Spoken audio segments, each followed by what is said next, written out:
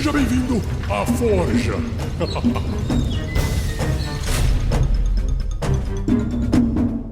Uma produção RPG Next.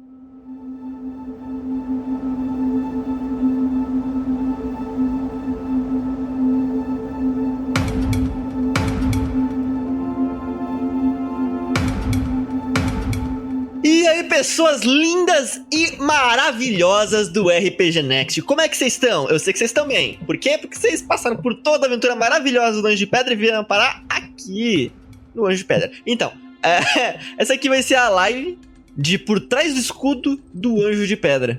Por essa você não esperava, né? Forja. A Forja do Anjo de Pedra. Forja. Pim, pim. Efeito especial.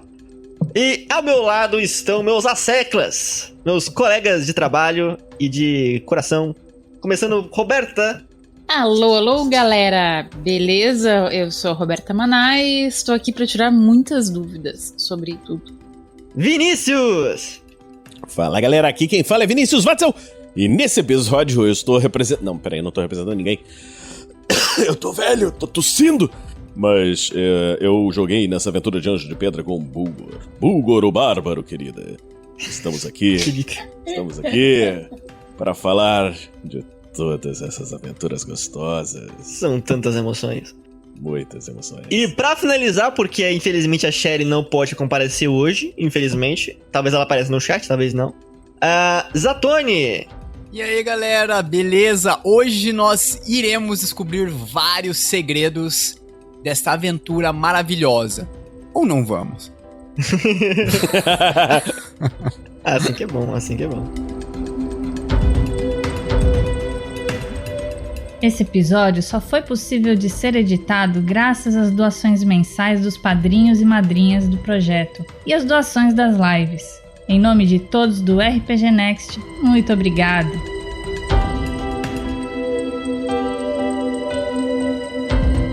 Seja você também um guerreiro ou uma guerreira do bem. Para saber mais, acesse padrim.com.br/rpgnext ou picpay.me/rpgnext.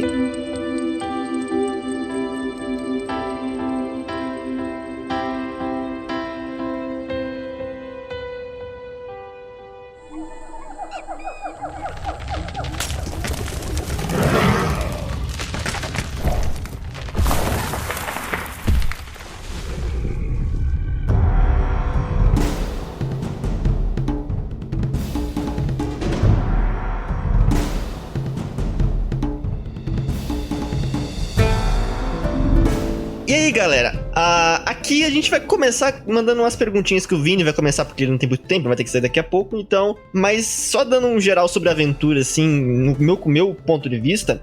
Pra quem não sabe, o Anjo de Pedra foi uma aventura que nasceu para ser um prólogo de Curse of Strahd, que é uma aventura que a gente tá jogando atualmente, né, em live.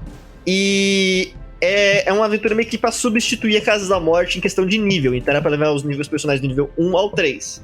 Originalmente... Somente os personagens de Vinícius e Shelly iam participar do Curse of Strahd. Então eu tinha que fazer uma aventura que no final separasse a party, sabe?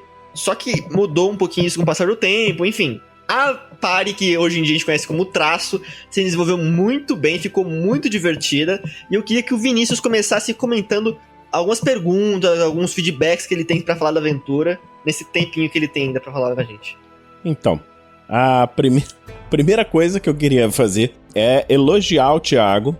Assim, pra quem não sabe, eu tinha jogado antes a aventura lá dos piratas, né, com o Thiago. Eu era o Sininen Paholainen, né, naquela aventura. Era um... Parabéns por lembrar o nome. Eu lembro. Não, o Sininen era o Paladino ou era o... Paladino, era Paladino.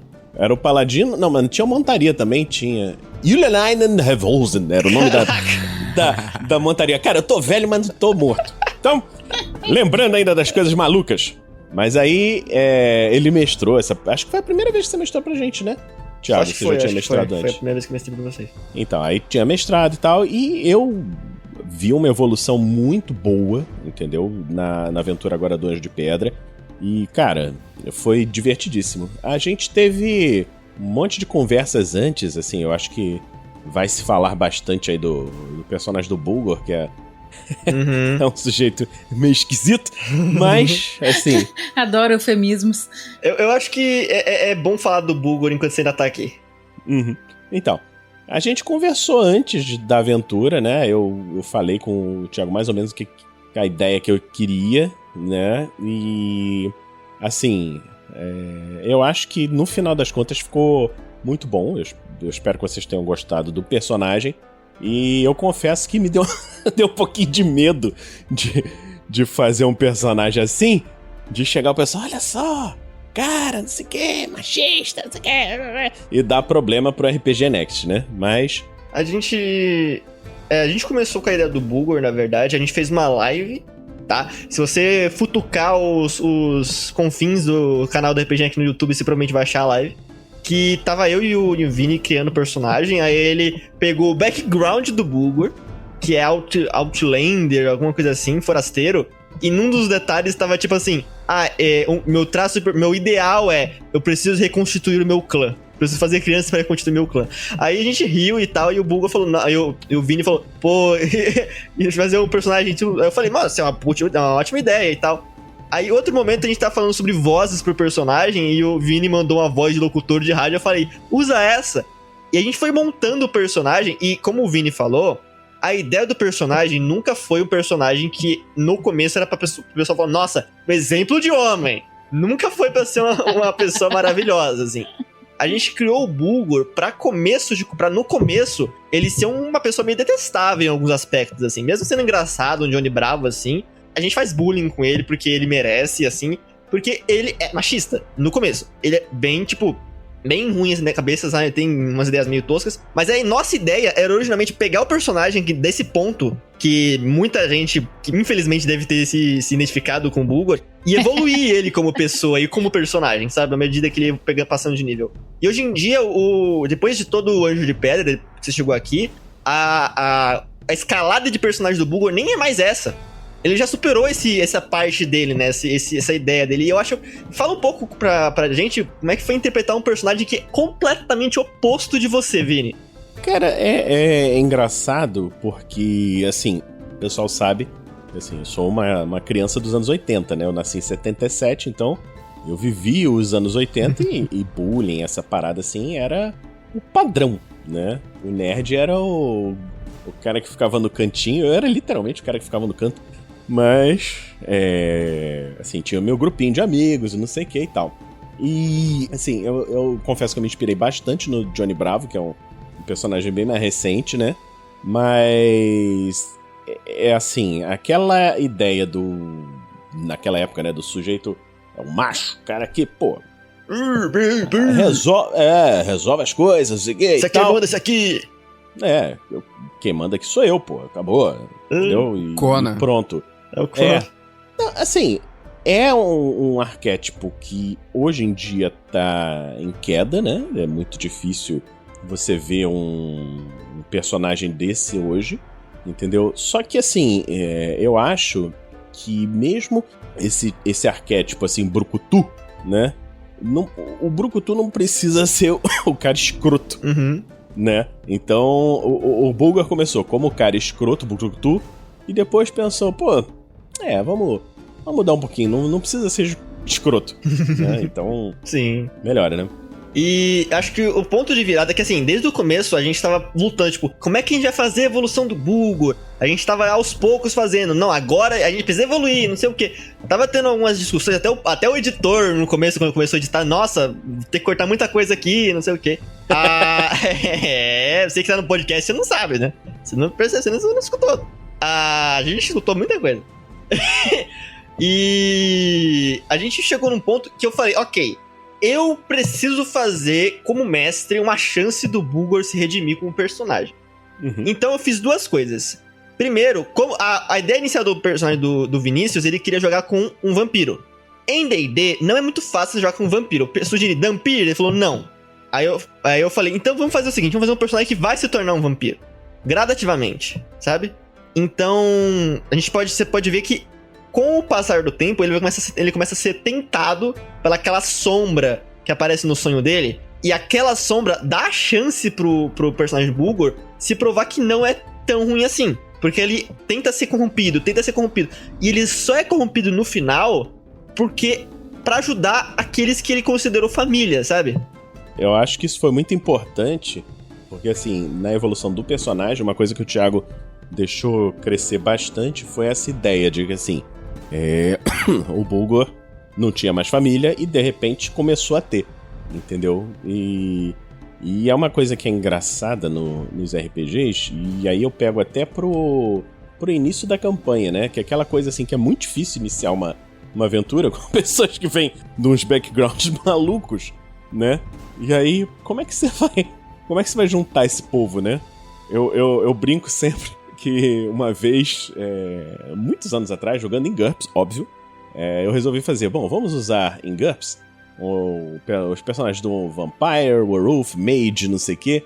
Vamos juntar cada um de um tipo, mas não tem como esse povo todo entrar junto, né? Uhum. Que são todos inimigos históricos, não sei o que, blá blá blá. Eu falei, quer saber? O pessoal me zoou até hoje. Falei, vocês são todos pessoas preocupadas com os problemas mundiais e estão se juntando aqui pra resolver os problemas. Por quê? Não interessa. Já estão juntos. Né? Então, eu acho que o início de uma campanha, o início de uma aventura é um ponto mais complexo, mais difícil. Uhum. E esse início, o Bulgor se juntando com esses outros aventureiros, conseguiu, assim, entrar num caminho pro personagem que levou ele pro que seria o objetivo. No final das contas, ele atingiu o objetivo dele, né, de certa forma. Criou o próprio clã, né? E falando do Bulgor, eu lembro o quanto ele é completo em alguns quesitos, porque se você pegar, por exemplo, detalhes dele, assim, o que ele é em quesito de subclasse hoje em dia? Ele é um Divine, alguma coisa. Ele é um bárbaro com poderes divinos, certo? Isso. Ele uniu o pai e a mãe numa classe. Uhum. Ele pegou a parte bárbara que o pai ensinou pra ele. Tanto é que se você pegar no flashback que eu fiz do Bulgor, que inclusive foi um ponto de virada muito importante pro personagem, que eu escrevi inteiro aquele flashback, o Vini não sabia de nada. É verdade. Eu falei, Vini, vai ter um negócio importante pro Bulgor no final desse episódio. Beleza.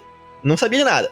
Fui fazendo com o Vini, deu tudo certo, ficou maravilhoso. Se você pegar nesse episódio, quando eu falei que ele se lembra daquilo e se lembra da conversa que ele tava com o pai, que o pai ensinando ele a lutar, eu falava que o pai falava que ele tinha que lutar como um atacante selvagem. E esse é justamente o talento que o Bulgor tem no primeiro nível pro ser humano.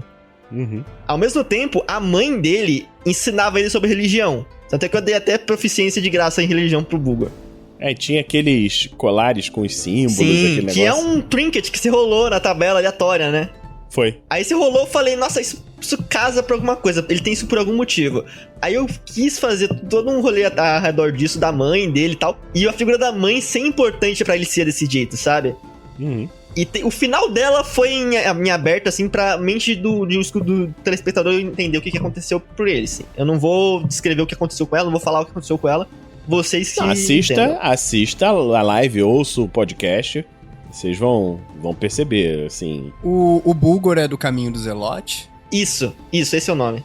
Exatamente. Então, ao mesmo tempo, ele tem poderes divinos, que advém do convívio com a mãe, que ele tinha esquecido.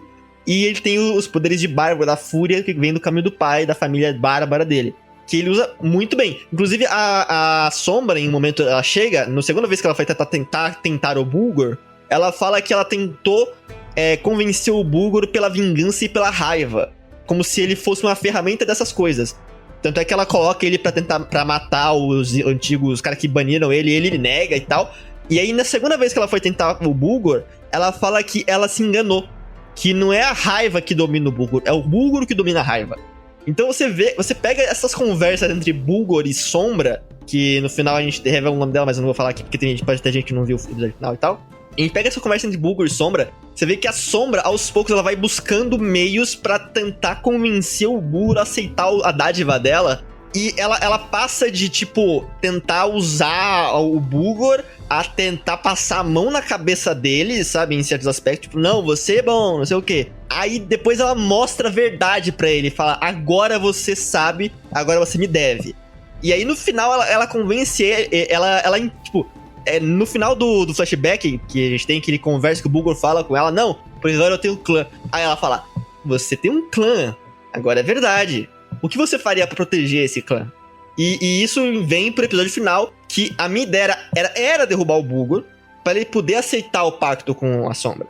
Porque o Vini queria jogar de vampiro de qualquer jeito, então eu queria, sabe, fazer um roleplay pra isso acontecer, sabe? Eu não combinei com o Vini que o Bugor ia cair, mas você pode ver, quase todos os ataques foi no Bugor. Mas fazia sentido, né? Porque ele era o tanque e tudo mais. Exatamente. E o último detalhezinho que eu falo, que não sei se todo mundo pegou, a sombra veio do cubozinho de âmbar que a fada deu pro Bugor. Tanto é que quando ele seleciona, ele aceita, aquela sombra explode, né? Aquele negócio explode. Fadinha safada, né, cara? Pois é. Essa não é a fadinha, é a dinha. Editor, botando um pi na forja. Vini, se quiser falar mais alguma coisa da mesa, até que eu sei que você tem tempo curto aí. O que a gente tava falando? Da fadinha. A fadinha era o ponto inicial da aventura desde sempre, assim, era o catalisador da aventura. Como é que surgiu isso? Isso é uma dúvida que eu tenho mesmo, assim. Se você pegar as lives, de novo, futucando as lives do canal do YouTube, que às vezes eu abro alguma live aleatória, eu abri uma live criando essa aventura. Mas não foi criando essa aventura, foi criando o plot dessa aventura. Como é que eu fiz? Tem um método de criar aventuras pra Dungeons & Dragons e outros sistemas, que é usando cartas de Magic. Então você pega tipo, o antagonista, o aliado, o cenário, blau, e vai rolando cartas de um tipo específico, e você escolhe uma e você improvisa em cima dessa coisa. Quando caiu no inimigo, o antagonista do negócio assim, caiu uma fada, eu falei, essa porra, ninguém nunca vai suspeitar que isso aqui é um vilão. Eu vou fazer isso, fingir que é o aliado. Então, desde sempre foi o catalisador da história. Estão me chamando aqui. Desculpa, gente. Vini, muito obrigado por comparecer na live. Você ajudou. Obrigado, gente. Foi maravilhoso, assim. Beijo pra todos, um aí. abraço. Tudo de bom. Valeu. E muito sucesso nessa live, muito sucesso em tudo. E Thiago, só pra terminar. Bota essa aventura pra venda, Thiago! Que é muito maneiro. Talvez, um dia.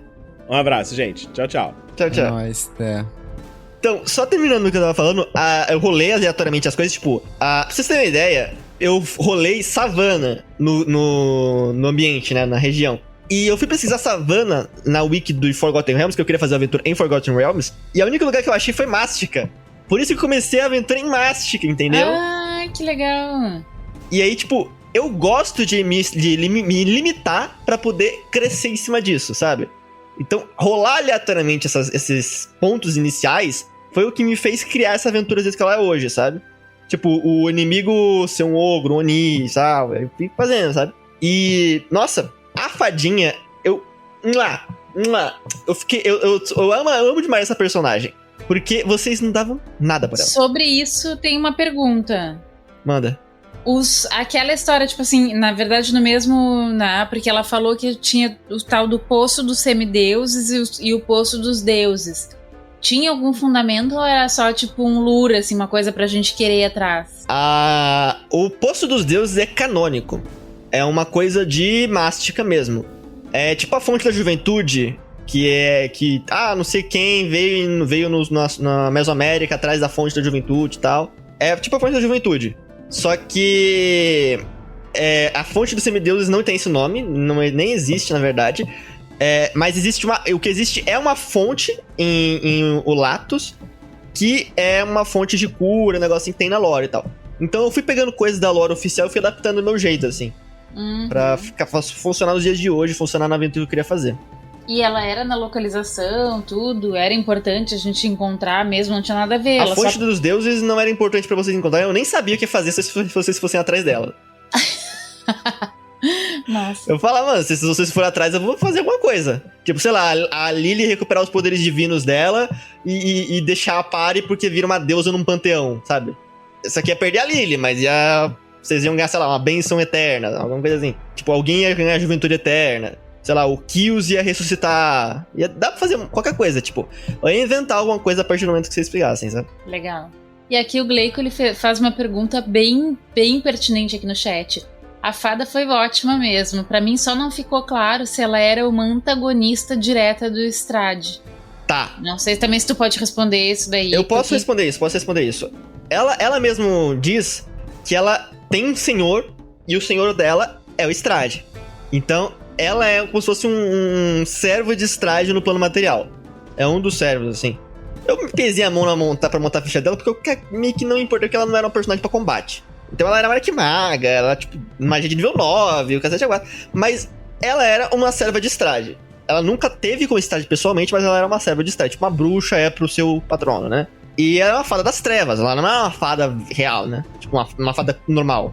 Então, desde sempre ela era uma antagonista ligada a Strade. Quem era antagônico a Strade, quem era contra Strade, era o Anjo de Pedra. Que vocês mataram. Ups. O que eu achei legal é que, fora a Shelley, os outros 3 personagens, tipo assim, eles têm background de divindade.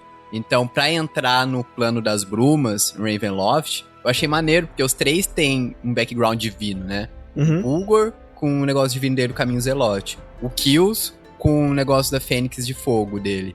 E a Lily, que é uma deusa, basicamente, né? Caída. Não precisa ficar lembrando disso, não é legal da tua parte ficar apontando isso assim, só pra dizer.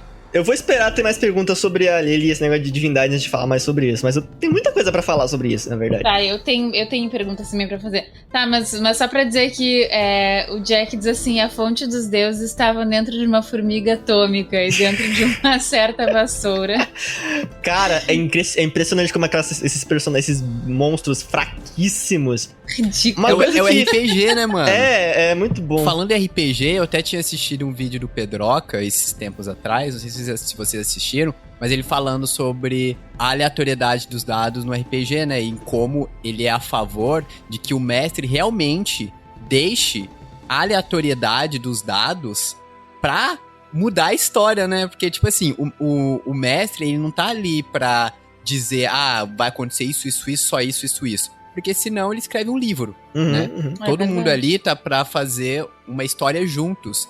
E eu acho maneiro isso, sabe? Sim. E o quanto o Thiago, ele também evoluiu nesse sentido, né? Em deixar realmente a aleatoriedade dos dados, dizer, tipo, não, aconteceu isso, é isso, entendeu?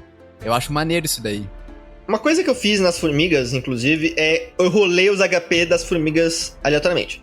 Rolei, sim. Todas elas tinham HP diferente. Tinha formiga que você batia uma vez e caía. Tinha uma formiga que você tinha que bater 2, 3 vezes, né? Tinha até o pessoal falando, o Minion tem mais HP que o tanque. Gente, pelo amor de Deus, é uma formiga, não vai nem nadando direito, gente. Pelo amor de Deus.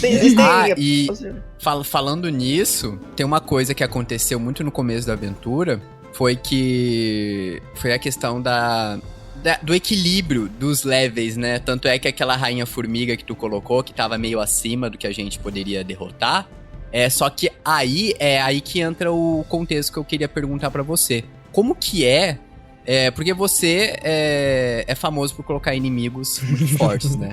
Sou famoso agora.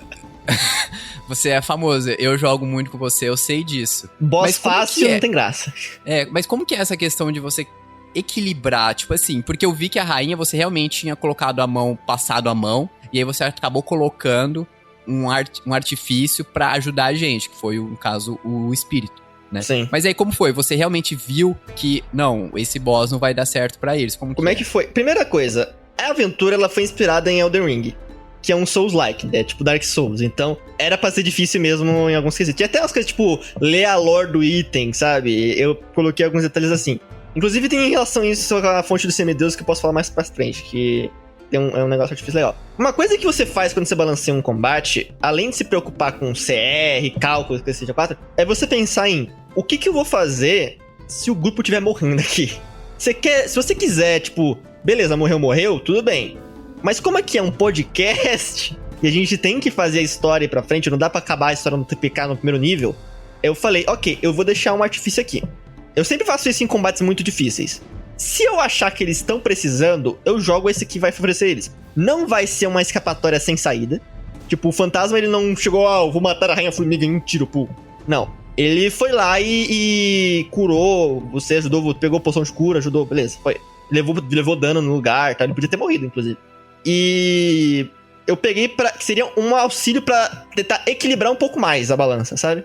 Eu nunca tento, tipo, fazer um Deus Ex Machina muito forte, assim, pra acabar com vocês. Mas pra equilibrar um pouco a balança, pra a aventura prosseguir, eu sempre tento deixar, tipo, um elementozinho, um Deus Ex Machina, entre aspas, sabe? Tem isso em aventuras oficiais também da Wizard, sabe? Tipo, se os aventureiros estiverem perdendo, bate o sino e chega o exército pra ajudar eles, assim. Porque, tipo assim, no começo da aventura do Anjo de Pedra, falando na questão da aleatoriedade dos dados que eu tinha comentado, eu percebi isso, eu percebi que você tava ajudando muito a gente. Uhum. E aí, logo após essa Rainha Formiga, aí não.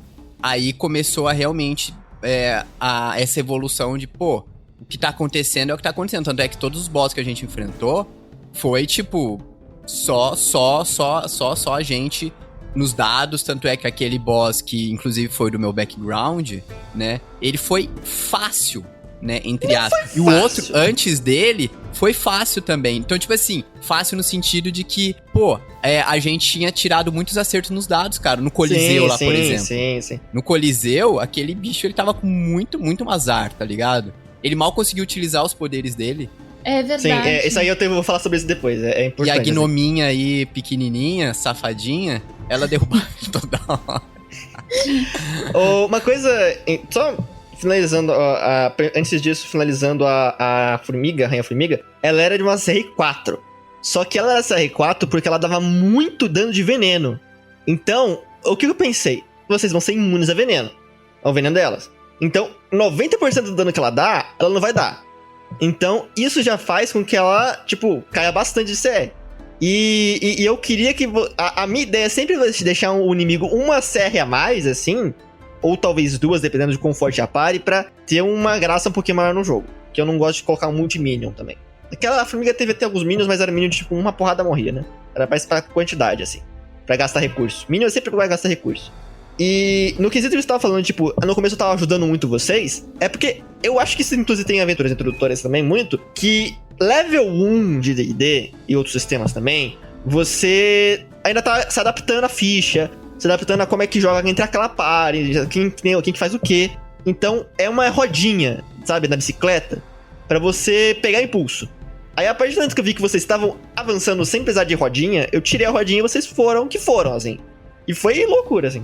Eu senti isso pelo menos, que agora, em Strade, por exemplo, que a gente já tá mais evoluído, você não vai dar mais essa ajuda. E se morrer, morreu. E eu acho isso bacana, porque, tudo bem, no começo de Anjo de Pedra, eu me senti um pouquinho incomodado, confesso, eu fiquei meio assim, pô, mas por que ele tá ajudando assim? Às vezes chegava um exército, chegava guerreiro level sei lá o quê. Aí, mas aí depois eu comecei a perceber realmente o que você tava fazendo, que é realmente essa rodinha, e pra realmente ajudar, tipo assim, você evolui muito como mestre, né, nessa aventura, o Vini já falou isso. Então, no começo, você tava muito pegando essa ideia de, eu vou ver qual é o nível, como que eu vou fazer isso.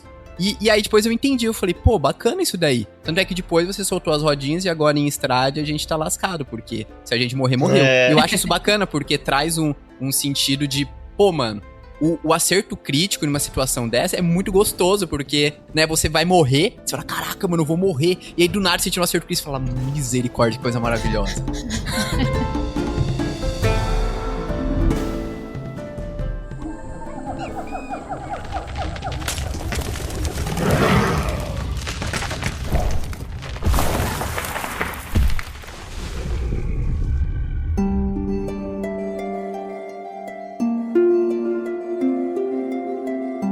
Eu vou responder algumas coisas do chat também agora, só pra dar um descanso pra vocês.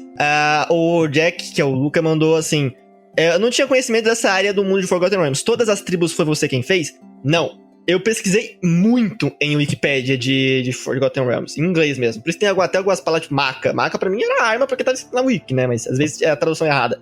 E tipo, o que eu fiz? Eu peguei um mapa de Mastica e no mapa de Mastica que você pode pegar tem vários pontos, tipo nome de cidades e tal. E eu fui na Wiki e fui traduzindo a Wiki e fui colocando no mapa cada ponto, o que cada ponto era. Então, se vocês decidissem ir lá pra cima, vocês vão encontrar X coisas. Se ir lá pra baixo, vocês vão encontrar X coisas, entendeu?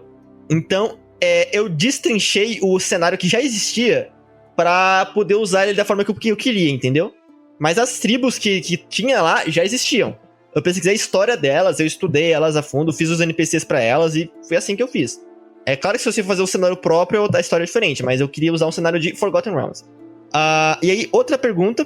O Anjo de Pedra era aquela serva de Strade que não quis entrar no portão daquela visão? Ela não era uma serva de Strade, tá? Mas sim, era aquela pessoa que não quis entrar no portão naquela visão. Aquele anjo que entrou no portão é outro personagem. Eu só vou dizer isso, tá? E aí, pode continuar, ô Zatoni, as suas perguntas. Não, acho que era mais isso mesmo. E a questão de que eu senti muito essa sua evolução. Agora eu tô editando aquele podcast do One Piece, né? E, cara, foi uma aventura antes dessa Anjo de Pedra. Mano, sério, velho, é incrível como você evoluiu como mestre, velho. Porque eu via as suas narrações, eu via os negócios e eu falava, mano... Tipo assim, agora que eu vejo você mestrando agora... E eu ouço essa sua mestragem antiga, eu fico, mano, não é ele, tá ligado? Porque muda muito, velho. Porque, tipo assim, nessa aventura do Anjo de Pedra, e aí vai mais uma pergunta, mas eu vou dar o contexto. Eu senti que você, em poucos episódios, você desenvolveu todos os personagens, né? Tanto é que, tipo assim, eu tinha uma ideia do Kills e você ajudou a construir o background, você que fez todos os negócios. Então, tipo assim, você desenvolveu o Kills, fechou o arco de herói dele, né? Fechou. Você desenvolveu o arco do Bulgor, fechou. Desenvolveu o arco da Shelly, que eu acho que não fechou tanto ainda, né? Tá um pouco aberto. E você desenvolveu o arco da Lily e fechou. Então, tipo assim, em poucos episódios você desenvolveu e fechou o arco do passado de cada um, muito legal. Como que foi isso? Porque antes você não fazia isso. Eu achei muito legal nessa temporada que você fez. Que artifício você usou e até... É legal pra você falar pros mestres que estão ouvindo isso, essa forja. Como que é essa questão do desenvolvimento dos personagens a par da narrativa da aventura? Porque é uma coisa diferente, né? Você vai pegando elementos do background de cada personagem e vai colocando na narrativa principal. Como que é esse processo? Desde sempre eu gosto de fazer uma aventura baseada nos personagens e não na aventura em si. Diferentemente do Rafael, que gosta muito de fazer a aventura e os personagens são só os personagens que entram lá e pode ser qualquer personagem. Mas não que esteja errado, isso é bom também. Mas o que você tá falando, tipo, lá no começo de Párias eu era muito diferente do que eu sou agora. Isso é uma evolução gradativa que eu tô tendo como mestre, mestrando, sabe? Você que tá mestrando também, as suas primeiras mesas vai ser uma bosta, não tenha dúvida disso.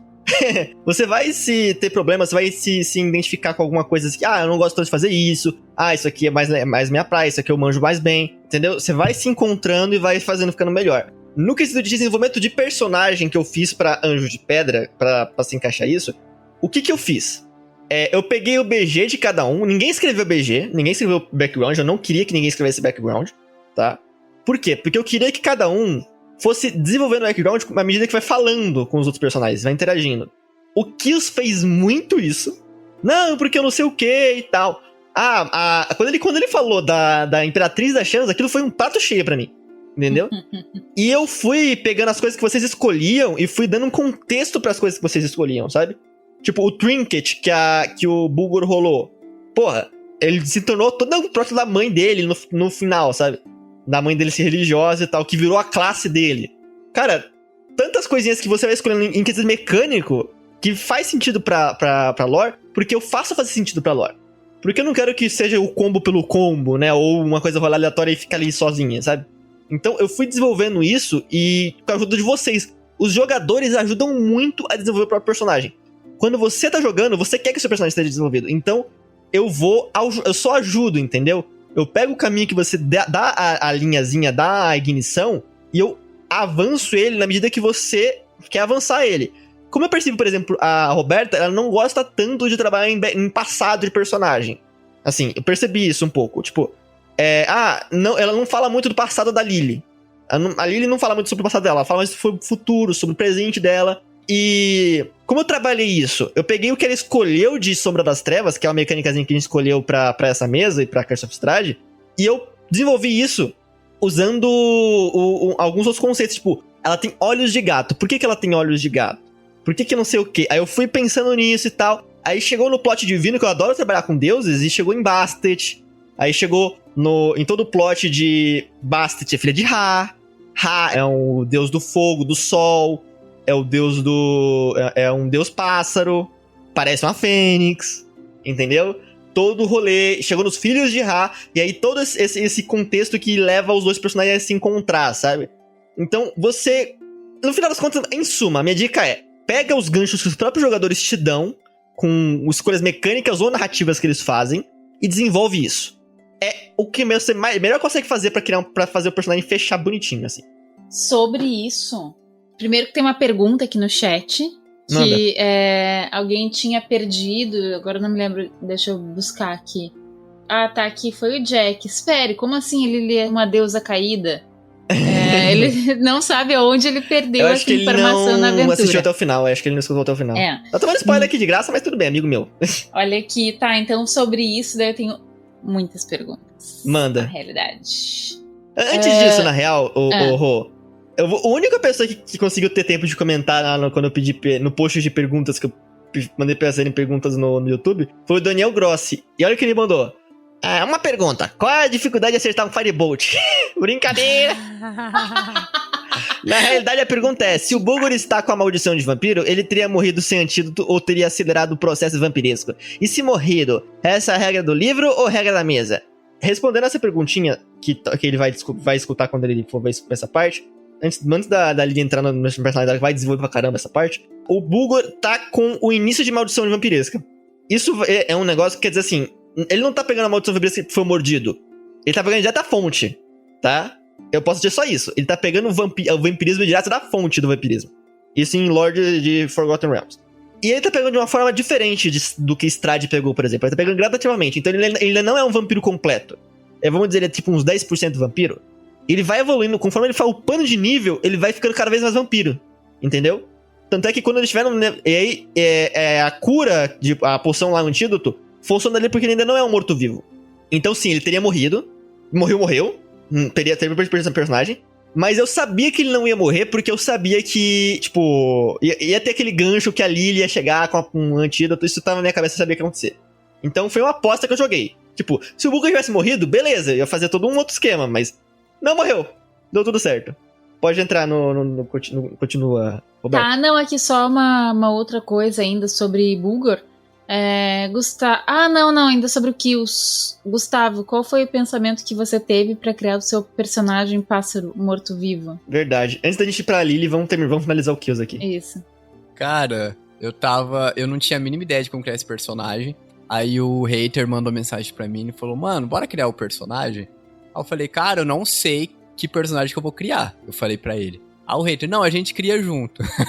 Aí a gente foi numa calça, nós dois. A gente ficou umas 3, 4 horas, porque eu e o hater, a gente é amigo, então a gente fica conversando coisas aleatórias. E a gente fica conversando. E aí, quando vê, a gente sai, porque, tipo assim, eu vim do background muito de anime. Eu adoro anime, eu assisto anime desde a minha infância e até hoje. Tipo assim, eu assisto muito desenho, cara. Se lança algum negócio na Netflix, eu tô assistindo. É Cuphead a série. É um desenho novo lá, tipo, Cyberpunk. Eu assisto todos os desenhos. Eu adoro desenho infantil. Então, eu vivo muito nesse mundo de coisas fantásticas e coisas muito high fantasy, sabe? E aí, é desses lugares que eu tiro as ideias dos meus personagens malucos. Porque eu sempre gosto de pegar umas coisas muito aleatórias. Por exemplo, o Kills, ele é baseado no Marco Fênix de One Piece, né? Eu tive a ideia de pegar o Marco Fênix, porque eu acho muito bacana a Fênix Azul, que é a Fen Huan da mitologia chinesa, asiática, não sei, acho que japonesa, mas é lá do Oriente. E aí, eu falei, mano, mas como que eu vou transformar essas chamas dele azul, né? Primeiro eu queria fazer um personagem baseado no Marco Fênix. Aí eu falei, como que eu vou fazer a chama dele ficar azul? Uhum. Aí eu falei, pô, mano, verdade, tem aquela lenda que é do fogo fato, que não sei se vocês já ouviram, mas aqui no Brasil era muito famosa, né? Que você tava no cemitério e você via umas chaminhas azuis. E aí, descobriu-se depois que, na verdade, era a combustão dos corpos dos cadáveres, né? Mortos. Uhum. E eu falei, cara, então quer dizer que o corpo, em decomposição, ele solta alguns... chamas, gases. Algumas gases que entram em combustão e formam fogo azul. Eu falei, mano, um personagem morto-vivo pra fazer chamas azuis. Então, aí eu falei, mano, então, primeiro eu tive a ideia do Aarakocra. Falei, eu queria um Aarakocra. Falei, mas como que eu vou transformar as chamas azuis? Aí veio essa ideia dele ser um cadáver, que constantemente ele tá soltando os gases em decomposição e faz a chama ficar azul. Entendeu? Aí foi disso que que tive a ideia. E claro, com a ajuda do hater que ficou ali do meu lado, a gente ficou conversando e tendo essas ideias malucas. Mas assistam desenhos, gente. Desenhos e animes. Assistam coisas boas, coisas ruins, coisas tem ideia de personagem muito aleatório, velho. Que são loucas, assim, é bom pra você ter mais criatividade, mais repertório. Outra coisinha sobre essa criação de personagenzinha, só 2 créditos aqui. Um é pro Guia Grazilax para Ancestralidades. É uma coisa que tem na DMs Guild. Se eu não me engano, o Tefinha traduziu. É um PDF. Você pode comprar lá, é baratíssimo. Em português, inclusive. Que te ajuda a montar a sua ancestralidade, ou raça. Eu prefiro falar ancestralidade. Ou agora espécies, né? Te ajuda a montar usando pedaços de outras espécies. Então a gente foi montando, não, eu quero fazer um aracocra, e aí eu quero pegar coisa de fogo. Vamos lá no Gnásio do Fogo. Pegamos uma coisa de Gnásio do Fogo. Ah, mas eu quero que ele seja morto-vivo. Pegamos um negócio de morto-vivo. A gente fez uma colchinha de retalhos e criou o personagem do Kills. Ficou maravilhoso, assim, mecanicamente perfeito. Não tenho dúvida, ficou maravilhoso. E o outro crédito que eu queria dar é pro Manji. Manji Zero Arts. Mano, quando o Manji veio com a arte do Kills, a arte de todo mundo, na verdade, mas a arte do Kills, boom, minha cabeça, assim, sabe? Ficou toda a ideia original que a gente tava com o Kills, porra, mudou completamente. Porque ficou muito mais palpável, sabe? Poxa, se você pegar a arte do Kills, aquele negócio é uma obra-prima, sabe? E transparece pra mim o que eu queria fazer com o Kills, sacou? Enfim, é só isso que eu queria falar sobre a questão de personagem do Kills.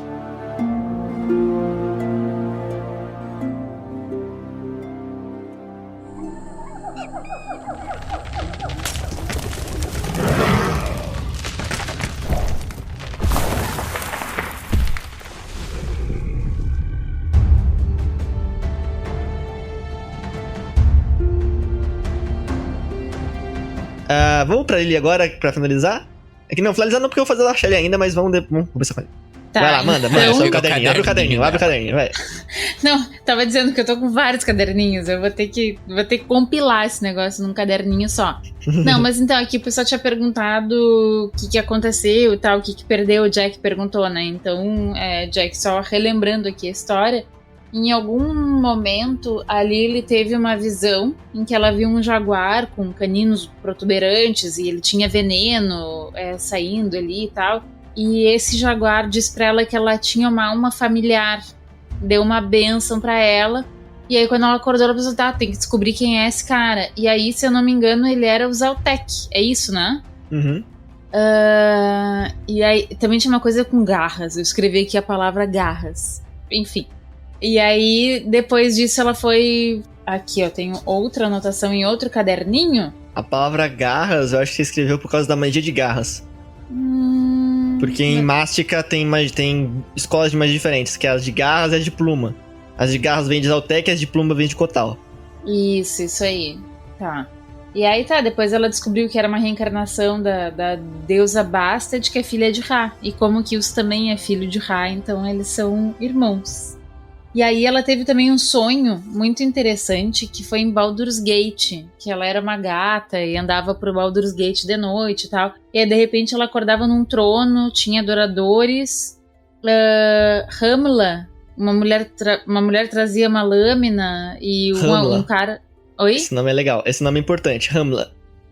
Eu trabalhei muito com reencarnação nessa temporada. Muito com reencarnação. Ainda vou trabalhar, porque é um tema que eu gosto muito. E combina muito com Strahd, com todo o tema que eu quero trabalhar nessas aventuras. Ou seja, ele vai matar a gente pra gente reencarnar no personagem novo. Fiquem atentos, gente. Mas isso veio também de quando eu fui ler o Olhos de Gato, né? Que é a Sombra das Trevas que você pegou, que é de outro PDF, que é o Heroes of the Mists, que inclusive também tem traduzido pra português na DMs Guild. Eu peguei que fala, talvez na sua vida passada você tenha sido um gato, né? Ou tem reencarnação de alguma coisa.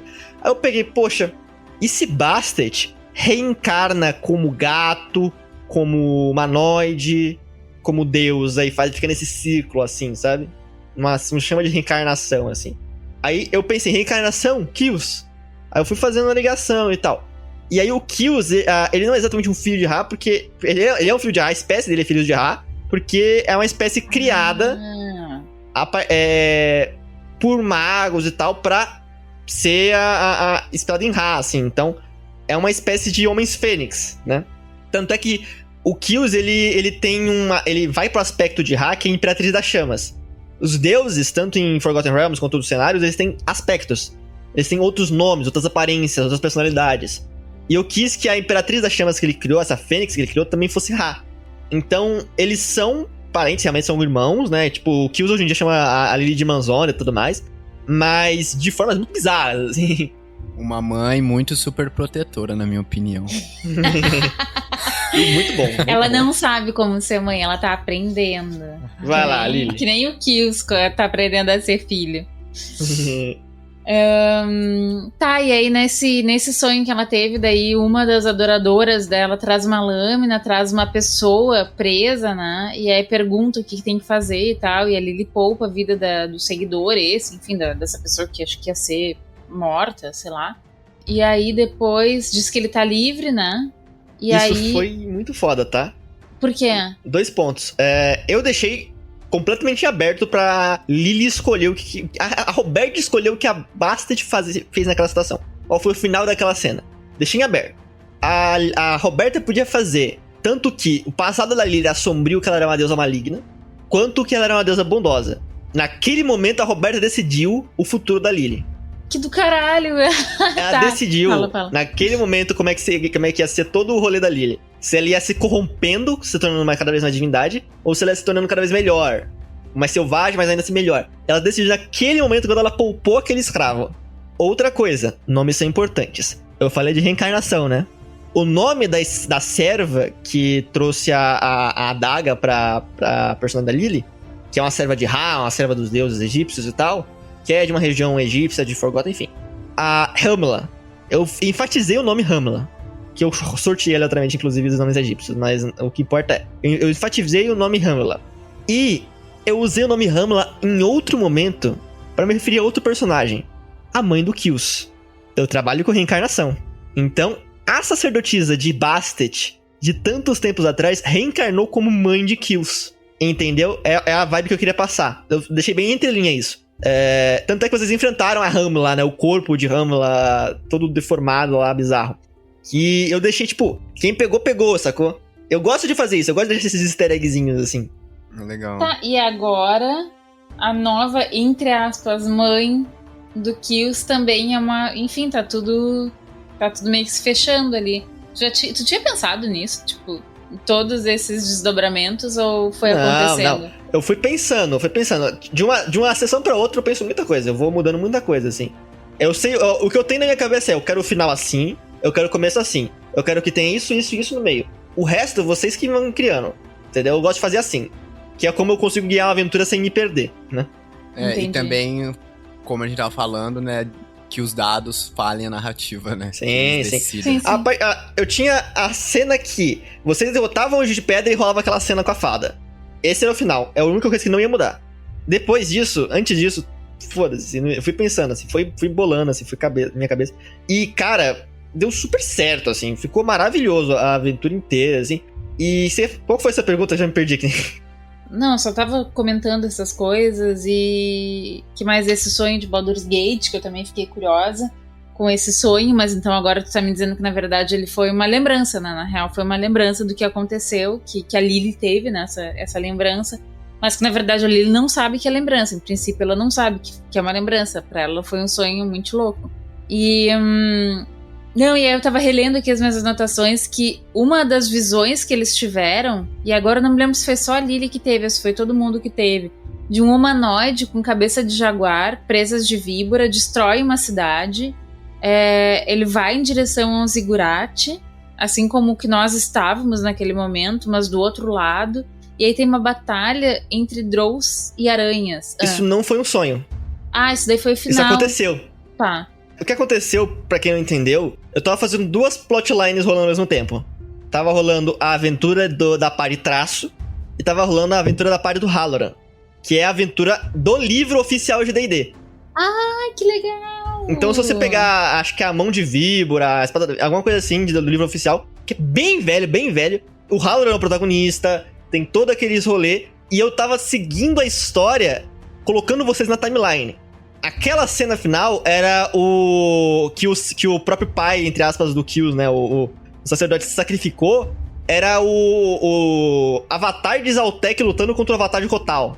um monte de coisa tretando, assim, um monte de cena. Inclusive, tem a gente pode falar um pouquinho da Darien e o Cordell. Eu tenho trauma dessa daí. Eu não gosto do livro dela. A Darien, ela era uma Cisarkai, é uma Drow-albina, que ela se disfarçava de auto-elfa. Ela fazia parte da Mão de Vibra, que era um grupo de Drows, de Loth, um monte de rolê, envolvendo os Altec e caramba, querendo causar caos e tal. Ela se transformou numa Dríade no meio da treta. Mas ela é uma Cisarkai, ela era uma Drow-albina, né, na história em si. E ela conheceu o Cordell quando ele ainda era um tenentezinho e ajudou ele a se tornar o que ele é hoje, que era um puta comandante e tal. O Cordell, ele, se eu não me engano, ele sobrevive no final do livro, não sei. Eu sei que vocês vão ter que ler pra saber. Mas o Cordell, ele não era maligno. Só que ele era leal às ordens dos superiores dele. Ninguém ali era exatamente maligno, assim. Tinha um ou outro, claro. A Darien era maligna e ficava se tornando merda pra ele.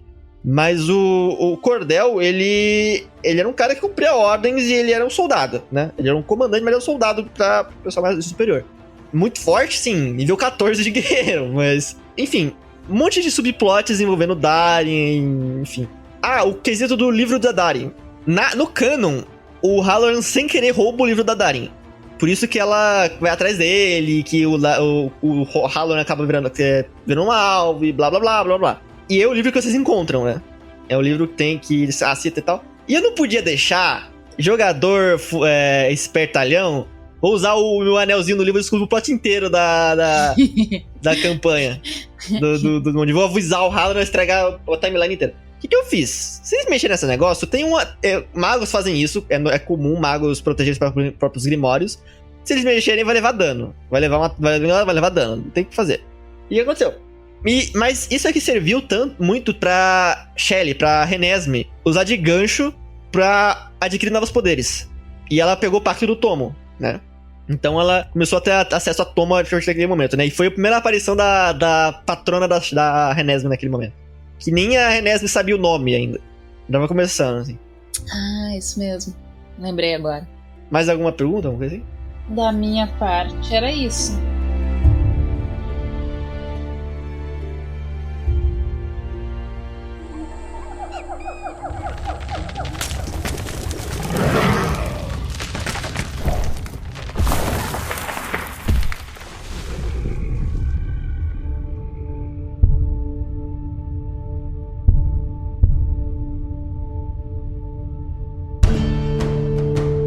Vamos falar um pouquinho da Renesmee, já que a Shelly não tá aqui? Renesmee. A Renesmee é um personagem que eu não queria completar o desenvolvimento dela nessa temporada. Porque ela é uma personagem de Curse of Strahd. É uma personagem que é importante pra Curse of Strahd. Eu queria fazer um desenvolvimento pra ela de se importar com outras pessoas. Né? Começar a se importar com outras pessoas. Porque ela é individualista pra caramba, né? Muito individualista. E, tipo, um monte de coisas que eu fui desenvolvendo junto com a Shelly, né? Foi a partir do que ela queria fazer e tal. A relação dela com o Bulgur ficou maravilhosa. Tanto é que gerou 2 episódios que não fazem parte da aventura canon pra ser os primeiros episódios de Curse of Strahd, que vocês vão ver depois. E eu fui desenvolvendo essa personagem e ela teve ligação com toda a parte mística da campanha, né? Porque ela podia ver o futuro, tinha todo aquele esquema. Então eu usei ela como ferramenta narrativa e como personagem, mas mais como ferramenta narrativa nessa primeira temporada. E deu tudo certo, ficou maravilhoso, assim. Não sei o que vocês acharam. Muito boa. Nossa, mas aí eu penso, né, cara, o desenvolvimento que teve todos os personagens agora, em quantos episódios que teve total? Acho que uns 10, 12. O de Anjo de Pedra? É, Anjo de Pedra. 17 episódios. 17? Nossa. Agora, imagina o quanto que vai mudar depois de Curse of Strahd, quando a gente for fazer a Forge de novo, que é uma aventura que dura anos, né? Mais de um ano, pelo menos. Então, tipo assim, velho, vai ser muito doido, vai né? ser insano, com mais personagens ainda, tipo, a party bem maior. É porque assim. a gente desenvolveu os personagens em 17 episódios, mas e agora? A gente vai desenvolver em mais 40, 50 episódios, tá ligado? Vai desenvolver outras partes dele, sim. Um personagem Se não eles é não morrerem, bidimensional. né? O personagem não é bidimensional. Ele tem...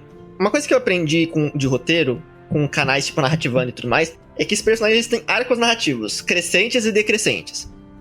O arco narrativo crescente é um personagem que acredita numa mentira e vai descobrir uma verdade. Um arco narrativo decrescente é um personagem que tá acreditando na mentira. E tem um arco estático também, que é mais pra outra história. Que não é um personagem que vai mudar a verdade dele. Ele sempre sabe a verdade dele desde o começo. E a partir do momento que você entende esses conceitos, você consegue pensar em como é que vão ser os arcos de um personagem. Tipo, esse personagem nessa temporada, ele vai se corromper. Esse personagem nessa temporada, ele vai descobrir um novo eu. Esse personagem nessa temporada, ele vai manter o eu dele, mas vai mudar todos ao redor dele.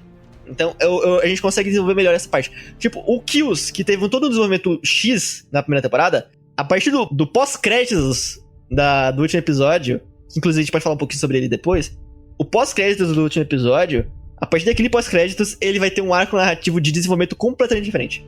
Completamente diferente. Uma coisa meio que Doctor Who, que ele muda completamente de...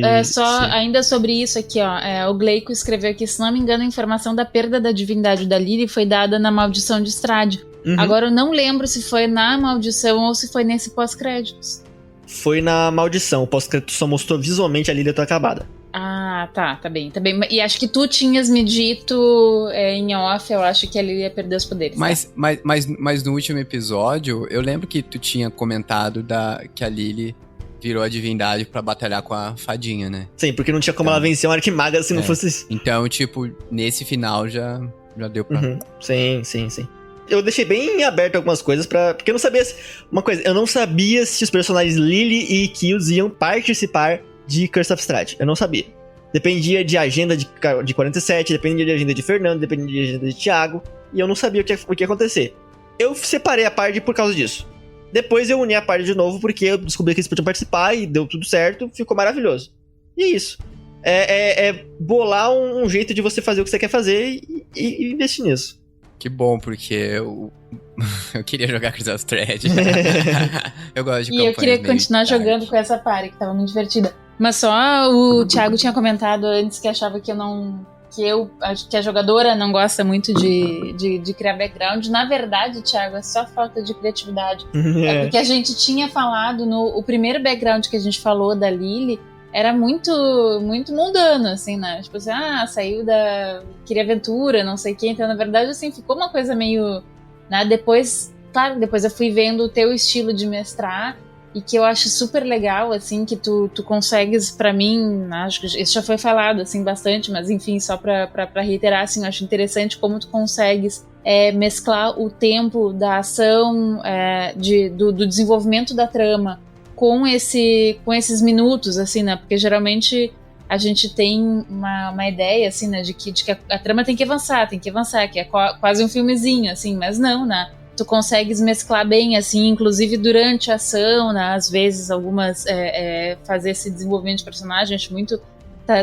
pra mim, pelo menos, tá fluindo muito redondo, assim, nessa coisa do desenvolvimento junto com o avançar da trama, junto com as batalhas. Então, eu tô achando muito, muito legal esse balanço daqui que tu faz. Mas, enfim...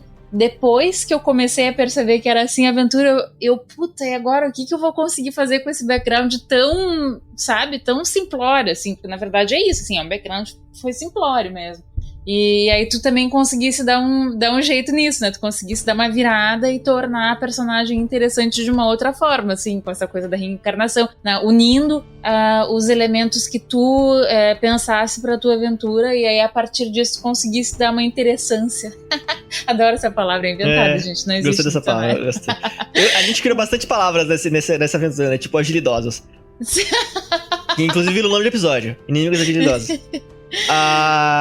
Eu gosto de trabalhar, assim, eu sei que tem jogadores que gostam de trabalhar com background, eu sei que tem jogadores que gostam de trabalhar com o presente do personagem. Os jogadores que gostam de trabalhar com background, eu uso o background que eles criaram. Não gosto tanto de ler tanta página, então se o cara puder resumir pra mim, eu fico feliz.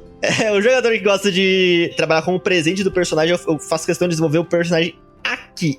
É agora que ele tá tendo os traumas dele, é agora que ele vai perder tudo. É agora que a mãe dele vai morrer pra salvar ele, alguma coisa assim, sabe? Eu gosto de trabalhar nesse esquisito. Flashback dá pra dar com pau essas coisas.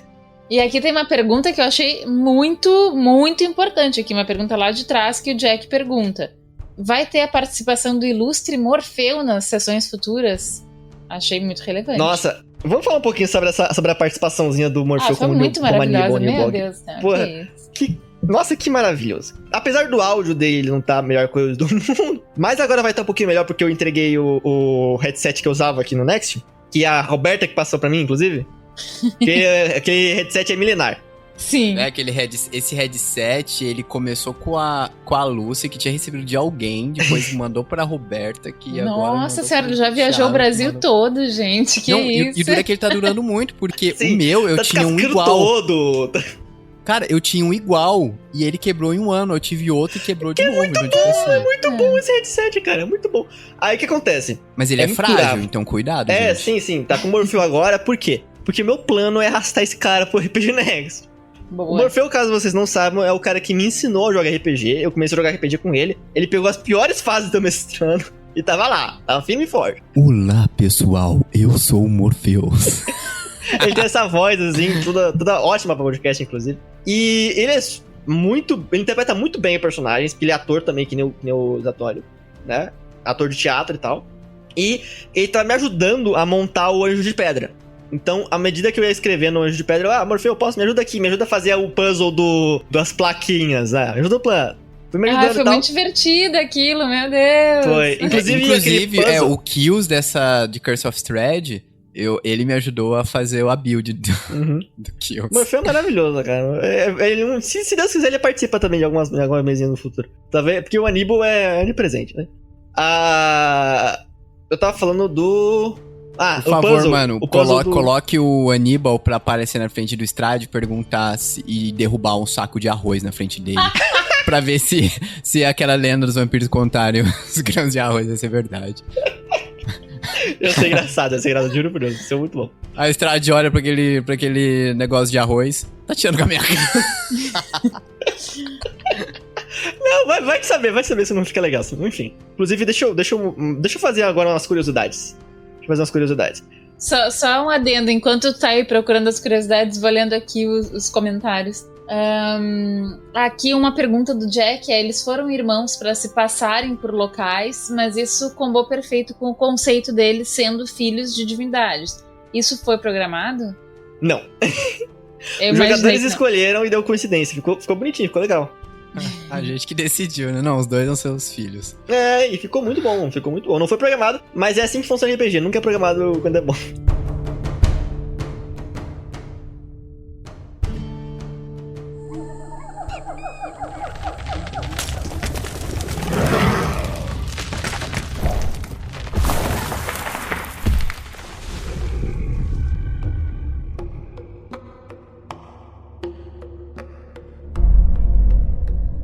O puzzle das estelas de pedra, ele foi baseado num puzzle de Skyrim. Acho que é Skyrim, não sei se é ou Skyrim ou outro do Elder Scrolls, que você colocava, tinha as estátuas dos deuses e você colocava coisas relacionadas ao puzzle de cada estátua na frente dessas estátuas e depois se curvava pra reverenciar os deuses. É o que eles mereciam, né? Mereciam respeito.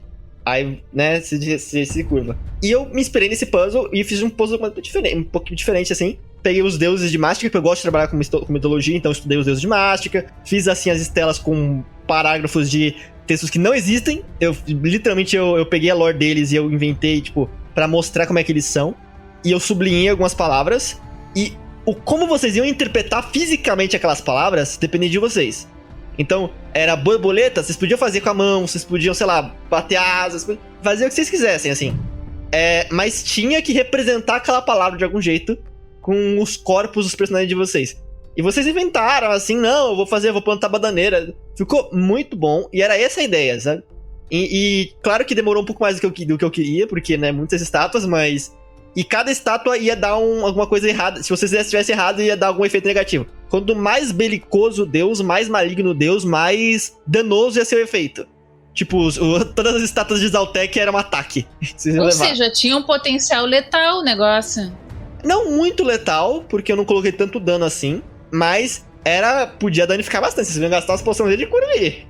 Olha aqui, o Jack diz assim: abra aqui também o grupo onde iremos fazer preces pra semideusa Lily poder acertar as firebolts. Alguém quer entrar? Caralho, aí o Blake disse que ele vai mandar energias positivas. Maravilhoso. Falando agora do formigueiro, só pra outras curiosidades do formigueiro. Teve uma parte do formigueiro que tinha um caminho à direita e um caminho pra esquerda. Vocês falaram, vou pra esquerda. Nunca visitaram o caminho à direita. O caminho à direita tinha algumas coisas. Primeiro, tinha a parede que selava o verme estelar que ficava aqui no meio do formigueiro, que é um alien, né, uma criatura alienígena que tinha uma estatística como verme púrpura, né, era um verme púrpura alienígena, assim, com as coisinhas a mais. E aí, tipo, tinha todo um texto pra ler, assim, em PIF antigo, e aí, tipo, ia ter todo aquele lance de só o Zatoni consegue ler e tal. Ia ser um negocinho mais pra lore. Mas aqui embaixo, onde vocês estão vendo um ninhozinho de formiga, tipo, um nichozinho, tinha... Vocês iam virar e iam dar de cara com um beholder. Só que não ia ser um beholder. É um cogumelo, um tipo de fungo que se disfarça de beholder. E quando você ataca ele libera esporos venenosos que podem matar o seu personagem se ele não for curado. Nossa senhora, isso daí é tipo a cobra que não é venenosa e é amarela ou vermelha. Não, isso existe é um monstro do D&D, tá? Aí, tipo, se vocês passassem lá, ia rolar automaticamente um teste. É que eu ainda tava testando essa ideia de rolar automaticamente o teste de natureza pra ver se vocês identificavam que era um fungo e não um beholder. Se vocês não identificassem, vocês iam bater e iam se fuder. O personagem que batesse ia se lascar, ia ficar doente, ia morrer em tantas horas, não sei. Ia ser sinistro. Só sobraria o kill, só. Os kills que imunam doenças. E, cara, assim, várias coisas que vocês não olharam, tipo, um monte de mapa que eu não usei, um monte. Eu deixei um monte de também mapa teve que acelerar a aventura. Sim, né? Eu tive que acelerar muita coisa. Vocês podem ver quando vocês forem escutar o podcast que tem uma parte de... Acho que antes do Shogork, que é o bárbaro lá, né? Tem toda uma parte de combates em torneio que eu não consegui fazer. Toda aquela parte que eu narrei era pra ser em mesa, porque não deu tempo de fazer. Mas até a gente, né, quando a gente começou a jogar, a gente, nas interpretações, a gente começava a ficar mais focado, né? Porque senão, a gente Sim. ia explorar muito. A parte do deserto ia ser maior, com o Povo Cão, por exemplo, que tem uma lore do Povo Cão, todo um negócio legal do Povo Cão, e eu não consegui explorar muito, ficou só no Where's the Bullet mesmo. Coitado do Bullet, inclusive. Mas, cara, o principal eu consegui trazer. Vamos falar um pouquinho sobre cada ogro, antes de finalizar aqui, já que a gente terminou com os personagens. O primeiro ogro que vocês enfrentaram, o Yureg. O que vocês acharam do combate com o Yureg? Eu não me lembro, assim, dos... Yureg era o que Ladino. o Morpheus tava? É onde tava o Nilbog. Essa boss fight eu achei muito fácil comparada à boss fight contra a Formiga Atômica. Existe um porquê. Eu achei essa super legal. Eu adorei esse combate, na real. Sim, existe um porquê esse combate foi fácil. Porque vocês aceitaram e completaram a missão da formiga. Da Rainha Formiga. Porque se vocês não tivessem a informação de onde ficava o acampamento, quem ia pegar de surpresa não ia ser vocês, iam ser eles. Faz sentido. E vocês não teriam o Nilbog também. Então seria tipo... Vocês iam procurar sozinhos, iam ser emboscados pelo Yureg, que é um ladino. Tanto é que ele é o covarde. Ia ser emboscados pelo Yureg e todos aqueles goblins, todos aqueles hobgoblins, ia ser turno surpresa, ia ser tipo, muito mais difícil que a formiga, inclusive. Então, por terem passado por tudo aquilo com a Rainha Formiga e o Formigueiro, vocês emboscaram o Yureg e tiveram muito mais vantagem em cima do Yureg. Então, o boss foi transferido pra Formiga. Mas vocês conseguiram matar o principal de um jeito mais fácil. Que é uma lógica de Dark Souls, né? Que se você fizer uma coisa aqui, você consegue ficar muito mais fácil naquele lado, sabe? Que é uma coisa que eu gosto de fazer pra dungeons também, sabe? E faz todo sentido, sabe? Se a gente for pensar assim, claro, a gente com um tipo de pensamento mais... sei lá, pensando em nível de desafio, tarará, a gente tá sempre esperando que seja tudo ali. Mas na real, se eu encontrar uma chave, não sei o que, eu não vou ter que arrombar a porta. Se eu não tiver que arrombar a porta, eu posso entrar mais silenciosamente. Então, assim, é um encadeamento que é muito lógico, assim, pra mim, faz sentido. Eu queria trazer isso. Eu sabia que vocês iam pro Yureg logo de começo, porque ele é mais fácil, né? Uma CR mais... Na verdade, o nível de desafio do Yureg e do Trozor era o mesmo. Só que ele era mais fácil porque vocês podiam pegar ele de surpresa e ele tinha menos HP porque ele era ladino. Todos os ogros, eu escolhi colocar eles com níveis de classe de personagem. Então, o Yureg tinha Sneak Attack, ele tinha Cunning Action. A Cunning Action dele é especial porque ele tinha a bombinha de fumaça, né, que ele soltava, que era um drop que, inclusive, se não me engano, a Renese pegou, ela deve ter até hoje essa bombinha de fumaça.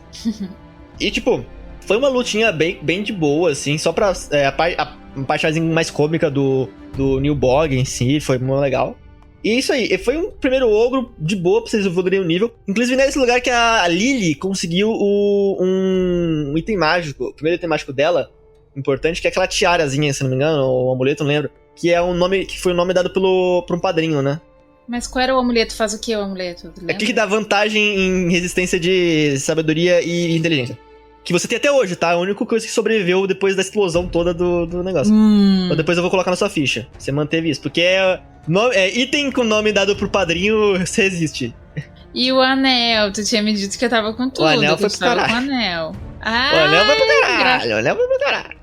Engraçadinho. Mas desse Yurig aí, o principal não foi nem a gente ter derrotado o Yurig. Foi a gente ter incitado uma revolução Goblin. Foi. Eu também Eu acho. E foi muito Foi a- divertido. Eu Foi. fiquei com medo de, tipo, gerar problema político com padrinhos e tudo mais. Mas não, assim, foi tudo de boa, tudo tranquilo.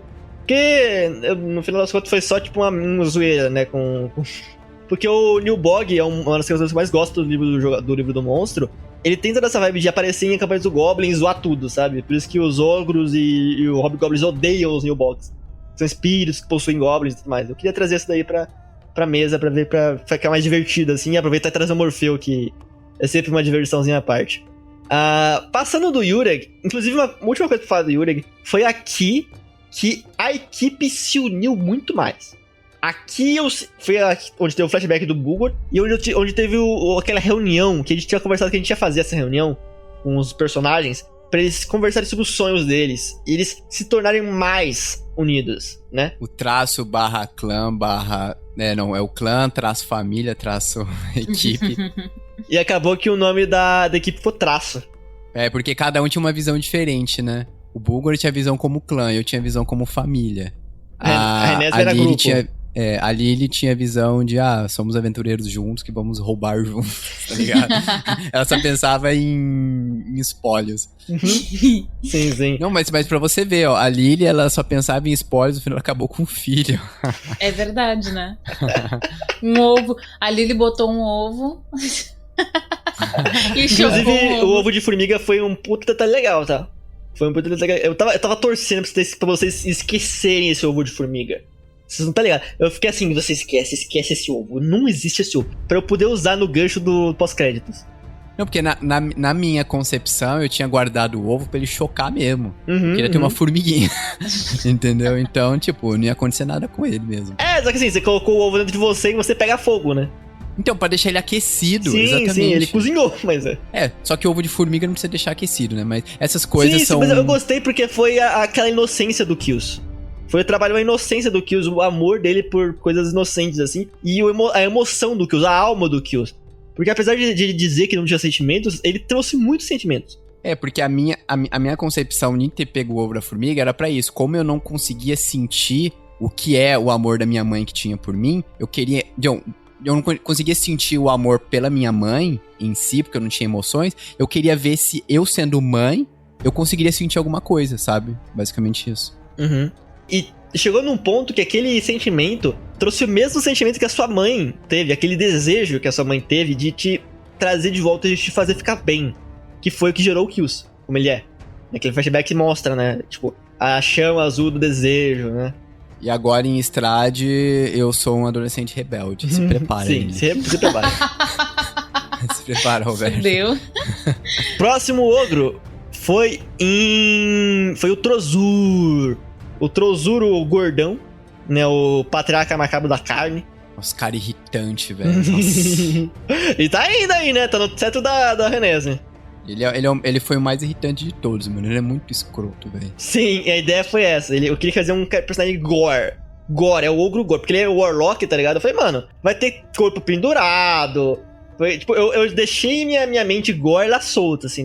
Foi até por isso que um dos motivos do Anjo de Pedra virar mais 18. E, tipo, mano, é um personagem que eu criei pra ser o anti-Kills, assim. Pra ser o algoz do Kills. E deu muito bom. Vocês têm alguma coisa pra falar dessa parte da ruína do Kills que vocês descobriram, o plot do Kills, que teve aquele mini beholder, que teve o cadáver tentando fazer coisas ruins com o Bulgor. Vocês lembram disso? Todo aquele gore e tal? Que a Shelly adorou. Lembro. Eu fiz questão de Que esquecer. ele fazia vários experimentos e juntava os corpos, as pessoas. Isso eu lembro, daí tinha no caldeirão, um monte de... Exato.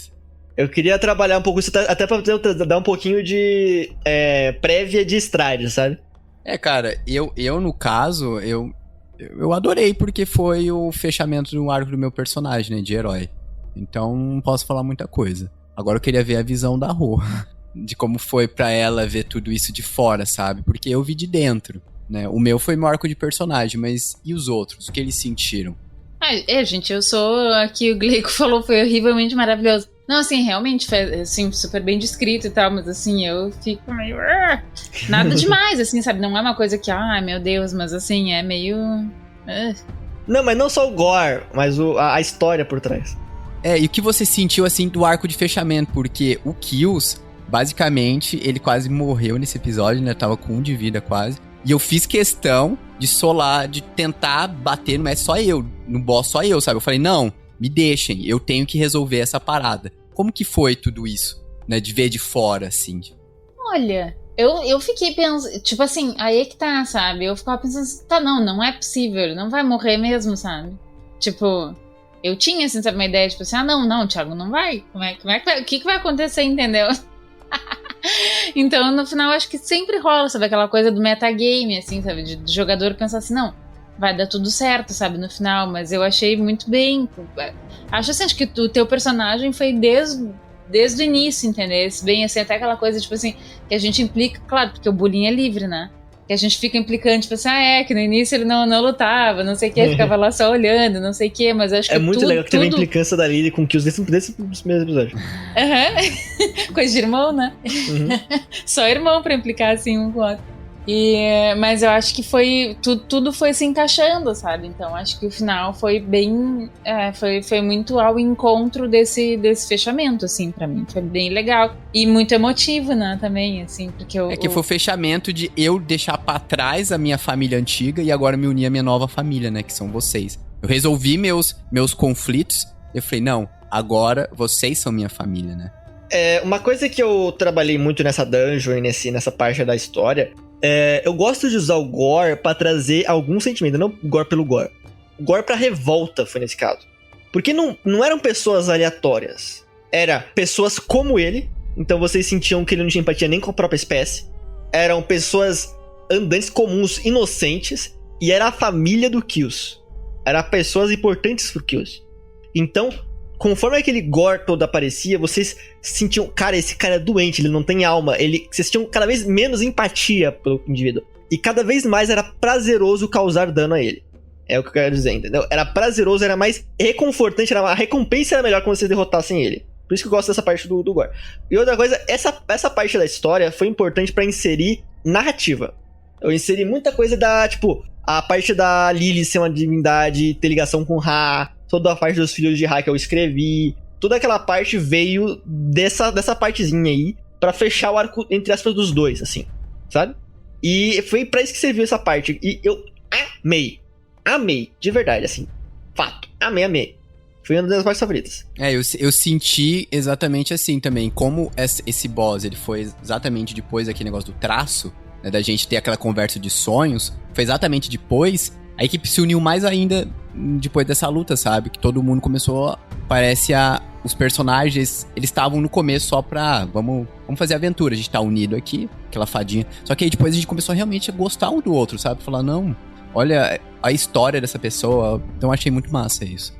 O Jack pergunta aqui, Kills e Lily, qual a visão de vocês sobre os aliados e a quebra do motivo principal, que é a não ter mais o desejo? Que não é mais ter o desejo, né? Mas eu não sei. Que é não ter mais o desejo. Tá. São 2 perguntas em 1, eu acho. Ele quer saber sobre a visão sobre os aliados que vocês tiveram durante a mesa.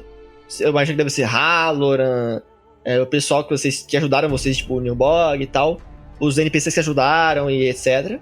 Imagino que deve ser isso. E o sentimento de quebra de expectativa do tipo, a fada era maligna, não teve os desejos atendidos e vocês, sabe, foi tudo uma armação, sabe? Ai, cara, eu fiquei muito puta com a parte da fada, sério.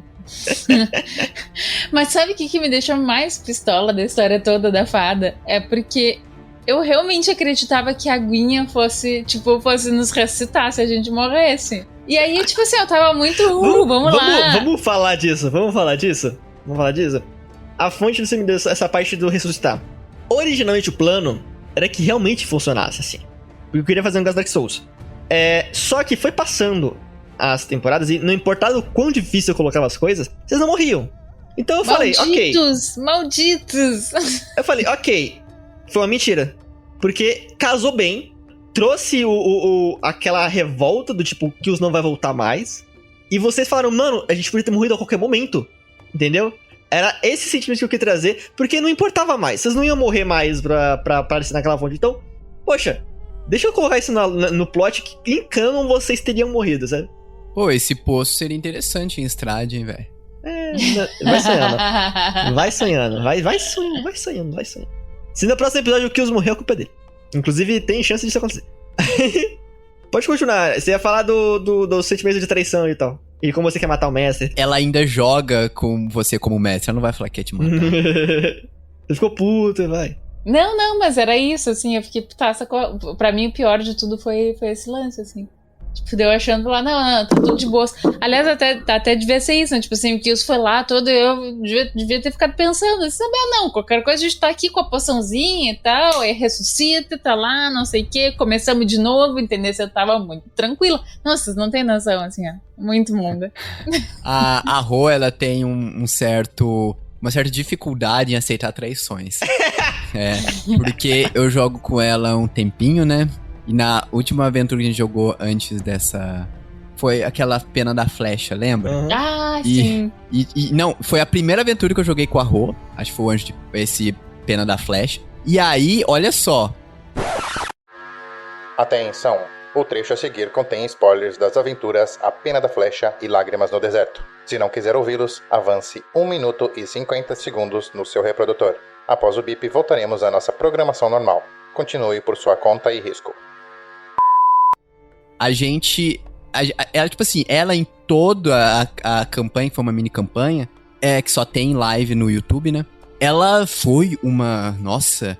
Não, tipo assim, uma personagem sábia, sabe? A gente ia fazer alguma coisa e ela... Não façam isso, sei lá o quê. Porque isso. Aí chegou no último episódio, o Coyote, que era o chefe que tinha contratado a gente, descobriu que traímos. Que ele traiu a gente. E tipo assim, do nada, a personagem da Rô deu um surto nela, subiu na mesa. Você, essa desgraça! Berserker, me deu berserker. Velho. E ela quase cagou com tudo. Porque, tipo assim, e isso que eu achei engraçado, porque, tipo assim, o meu personagem, que era muito louco, ele era meio que um bardo, ele era muito... Ela sempre veio chamando minha atenção. Eu tava ciente nessa festa que a gente tinha que ficar de boas, furtivo. E ela subiu na mesa e começou a gritar com o cara, sabe? Então, tipo assim, foi muito legal. Aí depois desse dia eu falei, mano, a Rô, ela não sabe lidar com traições. Eu falei, essa fadinha aí... Por isso que ela foi derrotar a fadinha, porque ela falou, não, traição não, velho. Aí o marido da Roberta, toma atenta aí, hein? Fica prestando atenção nas coisas. Nunca se sabe o que pode acontecer se eu descobrir alguma... Porra, Gus, eu nunca tinha parado pra pensar nisso, mas pior que é. Cara, maravilhoso. E tu te lembra da outra aventura, aquela que a gente também jogou, que eu tinha uma ladina? Eu não sei se o Guza tava jogando aquela, que era o Bruno que tava mestrando, que daí no final o cara, o rei lá do negócio foi lá e descobriu a gente. Foi. E ela também diz assim, fudido meio, vai lá e com o terror, resolveu tentar matar o cara. Pra finalizar, o último ogro, que foi o Shogork, que foi uma decepção do caramba, tá? Que a gente tem que dizer que foi uma decepção pra mim. O Shogork, que foi o Bárbaro, lá o Bárbaro Infernal, que tinha coisas de Tiflin, né? Ele era Tiflin também, além de ser ogro. Dá pra ser ogro, dá pra ser Tiflin de basquete, qualquer coisa. O azarado. Coitado. Meu Deus! Que azar, velho! Nossa senhora! Mas que ogro que não fez nada, meu amigo! Mas não fez, pô! Mas só sofreu, foi castigado. E era pra ser o mais difícil, eu fiquei muito... Não, mano, e o engraçado era que esse ogro aí era pra ele ter morrido antes dele ter levado a gente pra aquele outro plano. Ele ia morrer. A minha ideia com levar vocês pro outro plano era vocês passarem uma noite no inferno, descansarem, ficarem long rest, full, pra poder bater o boss final. Só que vocês foram direto, assim, foda-se, vou. Mas foi. Né? Minha ideia tem que estar preparada pros planos serem frustrados. Vocês gostaram daquele combate lá na arena e tal? Ai, desculpa, eu tô aqui lendo os comentários. Que comentário? Não, o Daniel disse que se eu tentar matar o mestre com Firebolt, o mestre vai viver muitos anos ainda.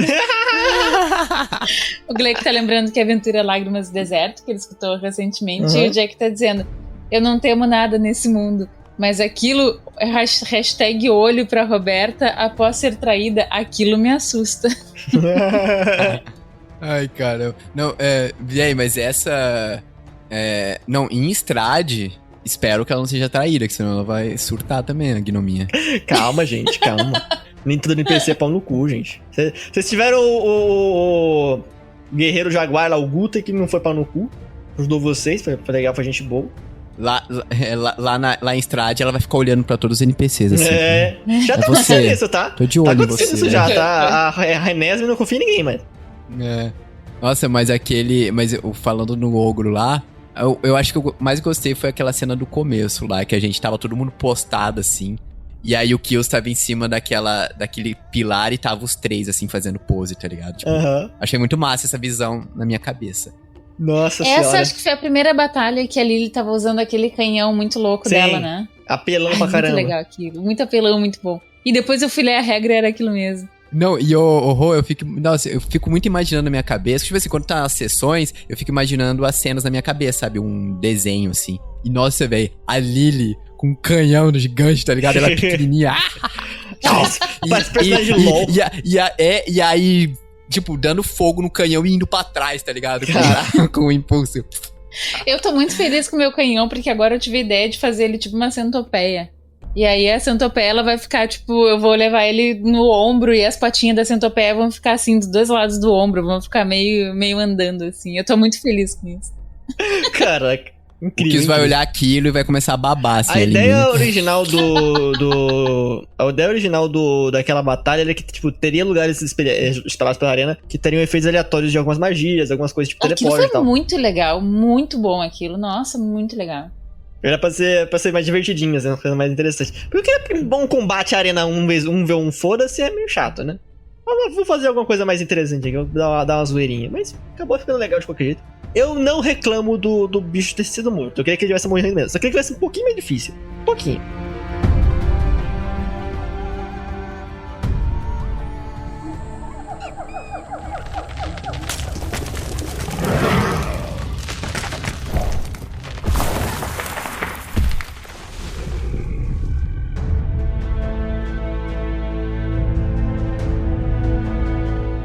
E vamos finalizar aqui comentando do final. Sem ser antes da Whisper. Falando primeiro do Oni, que vocês acharam que ia ser o boss final. O Oni que vocês enfrentaram. Uma coisinha. Desde o começo ele era uma marionete, tá? Ele era tava sendo manipulado pelo Anjo de Pedra, tipo, fiozinhos mesmo. E o Oni, o que eu fiz com ele? Eu pensei, ok, ele é um bicho muito forte pra eles. Deixa eu reduzir o nível de dificuldade dele. Reduzi e tal. Só que eu vi que ele tava começando a levar porrada, eu falei, ok, tá muito fácil aqui, eu não vou conseguir derrubar o Bulgur pra fazer aquela cena e tal. Tinha algumas coisinhas combinadas, assim, alguns detalhes combinados, mas o resto foi roladado e roleplay. Mas, aí eu falei, ok, eu tenho na minha cabeça a ficha dos bichos. Eu falo, ok, aqui, se eu colocar isso aqui, vai aumentar um pouco a dificuldade desse combate. Então eu coloquei, no metade do combate, eu coloquei a regeneração dele, que é a regeneração de Oni. Aí deu uma dificuldadezinha, facilitou e tal. E aí, depois que ele morreu, o pessoal foi só isso. Aí caiu o Anjo de Pedra, que era o nome da aventura, é o personagem que coube tudo, né? Aquele anjo que teve no flashback, que teve no sonho profético da Renesme, aquele anjo que se transformou em pedra por ser amaldiçoado por não ter ido com o mestre dela para Baróvia, que é outra história aqui, mas enfim. E esse anjo que queria destruir Baróvia com todo mundo que tava lá dentro. Queria acabar com tudo, acabar com o plano inteiro, e que não ia dar tão certo assim. Porque ia juntar... Se ele tivesse acho que não sei se era Uri, eu não lembro mais o nome do Anjo de Pedra. Se o anjo tivesse reunido o poder de toda a Mástica, ele teria sido tão poderoso que ele ia virar um Shadow Lord e ia ser banido pro plano das Blumas. E se a Renesme tivesse seguido com ela, tipo, aceitado aquele pacto, aquele acordo, ela teria ido junto. Ia ficar presa lá. Então a Renesmee não ia conseguir o que ela queria. Então ela tomou a decisão certa de não ter seguido com o Anjo de Pedra. Mesmo tendo oferecido o poder. E aí, tipo, no final a minha ideia era: vocês mataram alguém que em teoria tava do lado de vocês. Só que pelos motivos errados, assim. Sabe? A minha ideia toda é essa. O combate com ele, que tinha ação lendária, o cacete A4, foi intencionalmente, assim, meio roubado, assim, pra dizer a verdade. Porque tinha algumas mecânicas que eu tive que usar, tirar da cachola e tirar das fichas dele, pra encaixar o nível de dificuldade que eu queria. É claro que eu nunca vou roubar. Nunca vou recuperar pontos de vida do nada. Nunca vou, tipo, não, eu vou usar mecânica pra isso, né? Aquela ação lendária de curar, por exemplo. Aquela ação lendária de dar dano, de teleportar. São coisas que, se você for ver a live, não tava na ficha dele, mas eu tinha coisa por fora, né?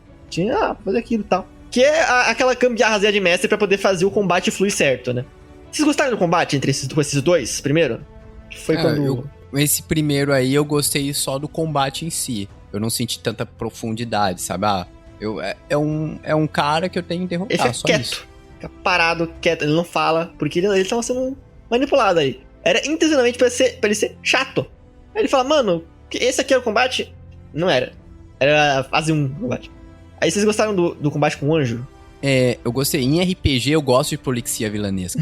Porque eu acho que é a única oportunidade que tem de você falar o background do personagem, do vilão, e fazer você sentir alguma coisa por ele. Porque se o vilão não falar nada, vai ser o quê? Vai ser só uma bucha ali na frente, tá ligado? Que você tem que derrotar. Sim. Entendeu? Então, eu acho legal. Quando você não trabalha o background do vilão numa campanha como, por exemplo, Strade trabalha, né? Todo o background do Strade provavelmente vai fazer durante a campanha toda. Como só agora no primeiro episódio a gente já viu algumas coisas do background do Strade, né? Uhum. Então, acho que vai durar. Mas agora, quando o personagem não tem essa chance, o vilão não tem essa chance, a polícia vilanesca eu acho interessante. E foi o que você fez com o Anjo de Pedra lá, né? Que aí foi durante o combate que a gente começou a sacar. Falar, caraca, mano, olha isso, olha o que ela tá falando. Eu achei maneiro isso. Aí o Anjo de Pedra eu senti mais vontade de descer o sarrafo nela. E o pior é que ela não era tão culpada assim. Ela fez coisa errada pra caramba. Ela queria acabar com toda a Mástica pra poder fazer o que ela queria. Mas por um bom motivo, né? Acabar com o plano do pavor e etc. Mas é aquele negócio do cara que é tão bom que se perde e se corrompe, sabe? Do anjo que se corrompe. Isso tem um tema recorrente até. E eu queria tratar ele porque, primeiro, Anjo de Pedra é um visual que eu gosto muito. Você pode pegar até referências easter eggs em SKT. Você pode pegar que teve criaturas que eram gárgulas, eu coloquei com a skin de Anjo de Pedra, porque eu acho um tema legal. Que a inspiração visual é no monstro de Dr. Who, os Wimpy Angel. Que massa. Que eu gosto muito. E uma coisinha, um easter eggzinho que eu fiz só pros jogadores, é que a imagem de perfil da nossa Cal, desde o primeiro episódio até o último, era a imagem do Anjo de Pedra. Eu vi, mas tipo assim, eu pensava que era apenas um logo meio asteca, como é a campanha vai ser uma temática asteca. Falei, deve ser só isso. Mas... Aí no final era a vilã final. Mas quando você colocou a vilã lá, eu saquei na hora. Eu falei, pô, é o foto de perfil. Eu queria dar easter egg até fora do jogo, entendeu? Pra brincar com vocês. E aí, tipo, acontece. Eu falei que tinha algumas coisas combinadas. Uma das coisas combinadas é que eu cheguei no Kills. No Zatoni eu falei, Zatoni você vai morrer. Não, você vai morrer não. O Kills vai morrer. Falei. Aí ele, peraí, como? Não sei o que. Eu falei, calma, você vai gostar. O cara mandou essa, mano. Vai dar tudo certo. O Kills vai morrer, mas vai dar tudo certo.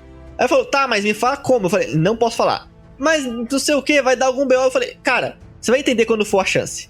Aí eu vou deixar da sua mão pra narrar, mas você vai entender. Aí foi naquele negócio que ele sacrificou pra salvar todo mundo daquela explosão que ia ter e tal, absorvendo as chamas e tudo mais. E ele se sacrificou. Ele morreu ali. Só que o Zatoni não sabia que ele ia voltar. Entendeu? O Zatoni não sabia que ele ia reencarnar no Mini Kills. Ninguém sabia. Só o Morpheus sabia. E aí eu fiz aquela cena, eu pedi pro o Manji sabia também, porque eu pedi pro Manji desenhar o Kills bebê. Algumas semanas antes. Quando eu planejei essa cena, eu pedi pra ele desenhar o Kills bebê. Porque eu tinha na cabeça como seria a cena. O Thiago, ele só chegou em mim e falou, mano, o seu personagem vai morrer e tal. Eu falei, mano, você não vai dar nem chance pra mim, tá ligado? Se eu tirar um 20, tá ligado? Mas eu falei, tudo bem. Como eu, na minha concepção, eu não ia jogar Strade, eu falei, não, beleza. Confio em você, só vai, só. Sim. Mas acabou que é a única coisa combinada que tinha, tipo, você vai morrer, beleza, tá, beleza. Não sabia como, não sabia por quê. mas eu confiei que o Zatoni ia fazer uma cena foda. E ficou uma cena foda pra caralho. Eu lembro vividamente da Roberta chorando. Eu lembro da Roberta chorando. Não, a jogadora não... Eu não tenho coração. Eu tenho só uma pedra no meu peito. A Shelly chorando também. Foi muito tenso, assim. O pessoal ficou com o coração na mão. Foi foda. Não, assim, é que o fato de eu não chorar não significa que não tenha sido foda, gente. É só porque eu não tenho coração. Sim. Caraca. E a cena pós-crédito foi a cereja do bolo. Sem dúvida, assim. Eu planejei aquilo faz muito tempo. Eu falei, mano, quando eu fizer isso, eles vão amar. Porque eu queria finalizar a aventura de um jeito que eu pudesse conseguir fazer um gancho pra ele trazer eles de volta ou deixar eles pra uma aventura separada depois. Sacou? E o que vocês acharam desse final, do sacrifício do Kills, do cena pós-créditos? O que vocês acharam no total disso? Chat, vocês podem falar também. Eu achei muito, muito massa, porque também acho que me deu, Roberta, mais oportunidade até de pensar em como a Lily se sentia, entendeu? Com relação ao grupo. Porque acho que antes, assim, por mais que a gente já tivesse criando, né, aquela ligação, né, de ser de fato, assim, mais do que um grupo de aventureiras, né, a gente tinha isso. Acho que, tipo assim, aquela coisa velha de guerra, né? Tipo assim, quando tu sente a perda, opa, calma aí, e agora? Né? Então, acho que também me deu a chance de tentar imaginar a Lily como ela se veria nessa situação. Tipo assim, puta que pariu, e agora? Acabou tudo, né? Vou parar aqui, assim, porque acho que também, numa das tuas narrações, você disse assim, a Lily caiu no chão. Depois eu até fiquei pensando, não, a Lily, naquele momento, ela devia ter pensado assim, cara, nem vou levantar daqui. Né? Porque eu acho que foi esse o sentimento, assim, sabe, que eu tive de passar pra personagem, tipo assim, cara, eu perdi tudo, entendeu? A partir de agora, o que eu tenho pela frente? Não tenho nada. Perdi meus amigos, né, que eu já considerava uma família, perdi meus poderes, fudeu, assim, pra que eu vou levantar dessa lama? Entende? Uhum. Então, acho que pra mim foi um momento meio de virada, não sei se de virada, mas acho que sim, assim, de entender melhor, ou de imaginar melhor, assim, a Lily enquanto uma parte da família.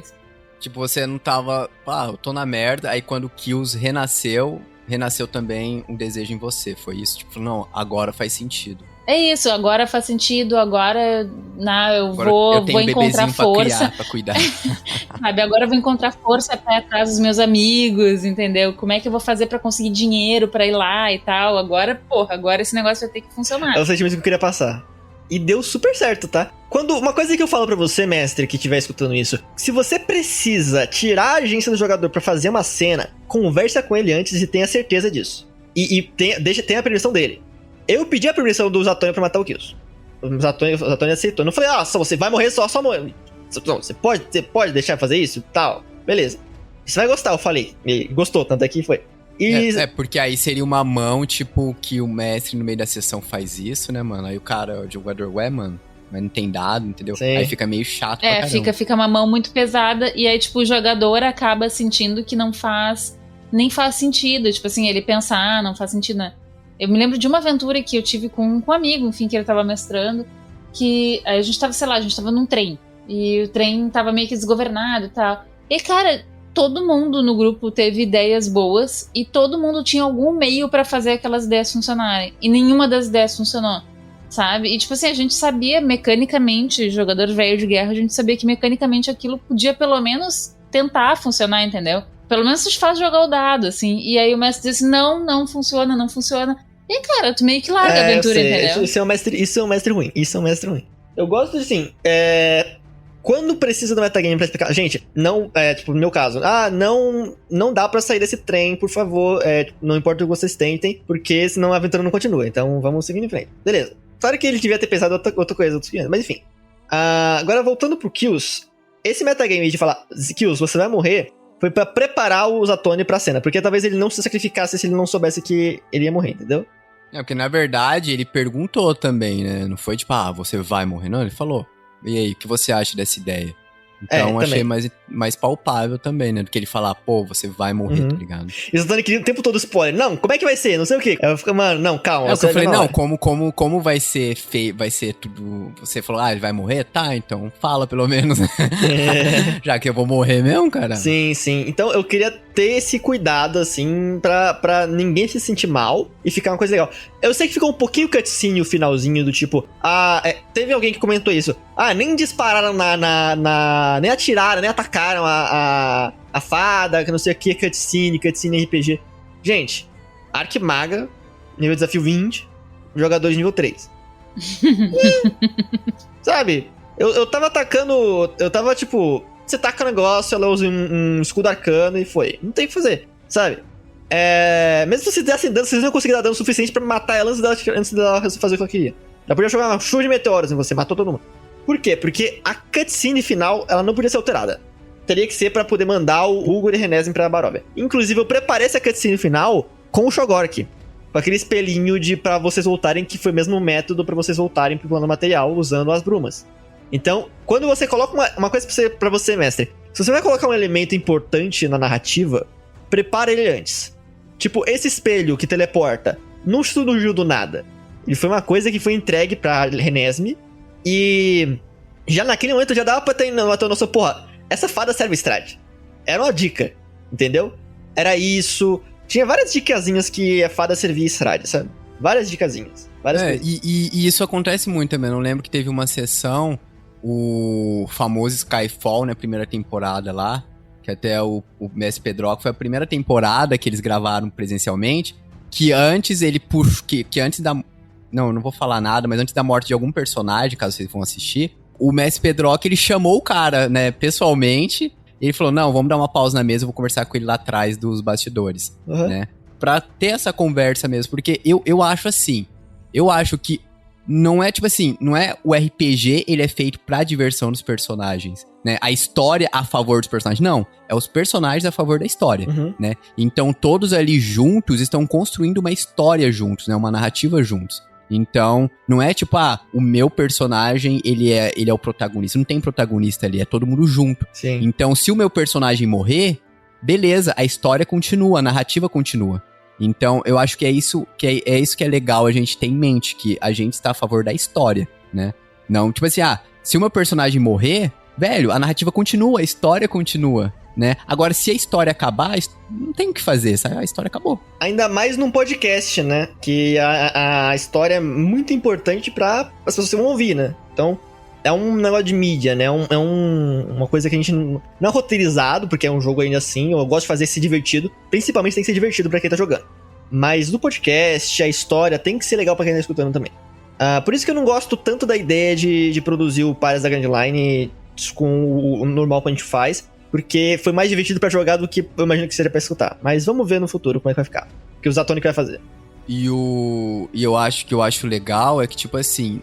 No Next, pelo menos, e nas outras mesas que eu joguei pra podcast, no Baile de Taverna em si, eu acho legal que todo mundo tem uma preocupação em ter um interesse pelos outros personagens dos outros jogadores, sabe? Não é tipo, o meu personagem eu só vou focar no personagem. Não, eu tenho um interesse pelo outro jogador, né? Eu faço perguntas pra ele, eu quero saber da história dele, eu quero ter uma conexão com ele. E nesse Anjo de Pedra eu senti muito essa conexão entre todos os jogadores, né? Todo mundo preocupado um com o outro, todo mundo querendo saber da história do outro. Eu acho isso bacana. Tá, lendo um pouquinho o chat aqui, rapidão. O Jack, que é o Luca, mandou assim: aliás, durante a aventura a vontade de abraçar o Kills é alta, porém eu me machucaria com o calor dele ou o cheiro de cadáver? Quando você ia abraçar ele ia quebrar assim, ia cair, ia desmontar no chão. Tá ligado? Aí ele ia falar... Me monta de novo. Me monta de novo. O Daniel Grossi mandou: então o anjo era Renesme? Não. A Renesme sonhou com a visão do anjo, né? Ela sonhou pelo ponto de vista do anjo, né? Do anjo de pedra. Porque ela tem o Sombra das Trevas de visão efêmera. Ela consegue ver o futuro. Eu disse, deu uma dobrazinha que ela podia ver o passado também. Então ela meio que, tipo... Eu dobrei essa função mecânica dela pro roleplay, pra poder encaixar um pouquinho do background do vilão final. Porque o desenvolvimento da Renesme vai ser em Curse of Strahd. Eu tenho até cenas pensadas na cabeça aqui que eu quero fazer. E aí o Daniel Grossi também mandou: quando o Kills morreu, eu desliguei o celular, quase joguei o celular na parede. Você não tem ideia da raiva e da tristeza que eu fiquei. Só fui terminar de assistir no outro dia. Eu imagino, cara. Eu imagino, porque era pra causar algo assim, sabe? Quando o personagem morre é pra fazer, é pra ter esse sentimento. Não pode ser uma coisa tipo, morreu. Sabe? Vai chegar o irmão dele, o irmão gêmeo, pra vingar a morte do irmão. pensa se o Bulgor morre em Curse of Strahd. Vai ser tenso. A Lily, o Kills, a Renesme. Meu, vai ser uma cena tensa. Terrível. E assim, eu não tenho mais nada que salva vocês, tá? Ó, hashtag hater cancelado se ele matar um bebê Aracoca, né? Hashtag hater cancelado, não pode não. Totalmente, eu concordo contigo. E só de lembrar que a minha personagem quase morreu pro livro. Você não, sério, não. Eu nunca vou esquecer aquilo, porque tu te lembra que depois eu tive que rolar, foi mais da metade da minha vida, eu tive que rolar a Constituição. E eu passei ali na Constituição. Never forget, nunca você mais. Você não ia morrer, não. Você ia ficar... alguém ia te curar, tipo, tinha até clérigo nível alto lá. Verdade. E foi engraçado pra caralho. O máximo foi o trauma que aquilo deixou. Um trauma gigantesco de livros. Eu vou colocar um monstro livro daqui a pouco, um mímico livro. O Glick falou que foi muito foda mesmo, foi um dos melhores de aventura, e eu concordo, gostei muito do fechamento do Dungeon de Pedra.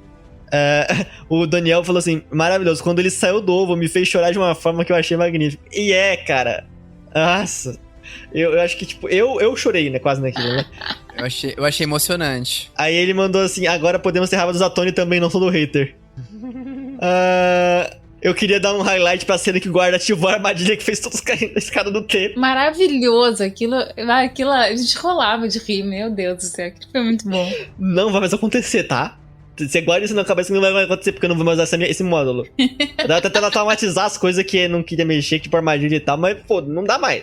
Não dá, eu me banando muito. Foi muito engraçado, mano. Foi engraçado pra caralho. Nossa, do nada o cara teleportava, mano. Muito bom.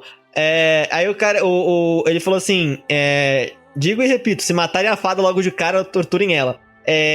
Cara, a Lily de antigamente poderia gostar disso, né? Lily de torturadora poderia gostar. A gente tirou isso dela porque não tava pegando bem com a aventura e com o RPG Next, mas a gente trocou por outra coisa. Mas a fada morreu, tá? A fada já era.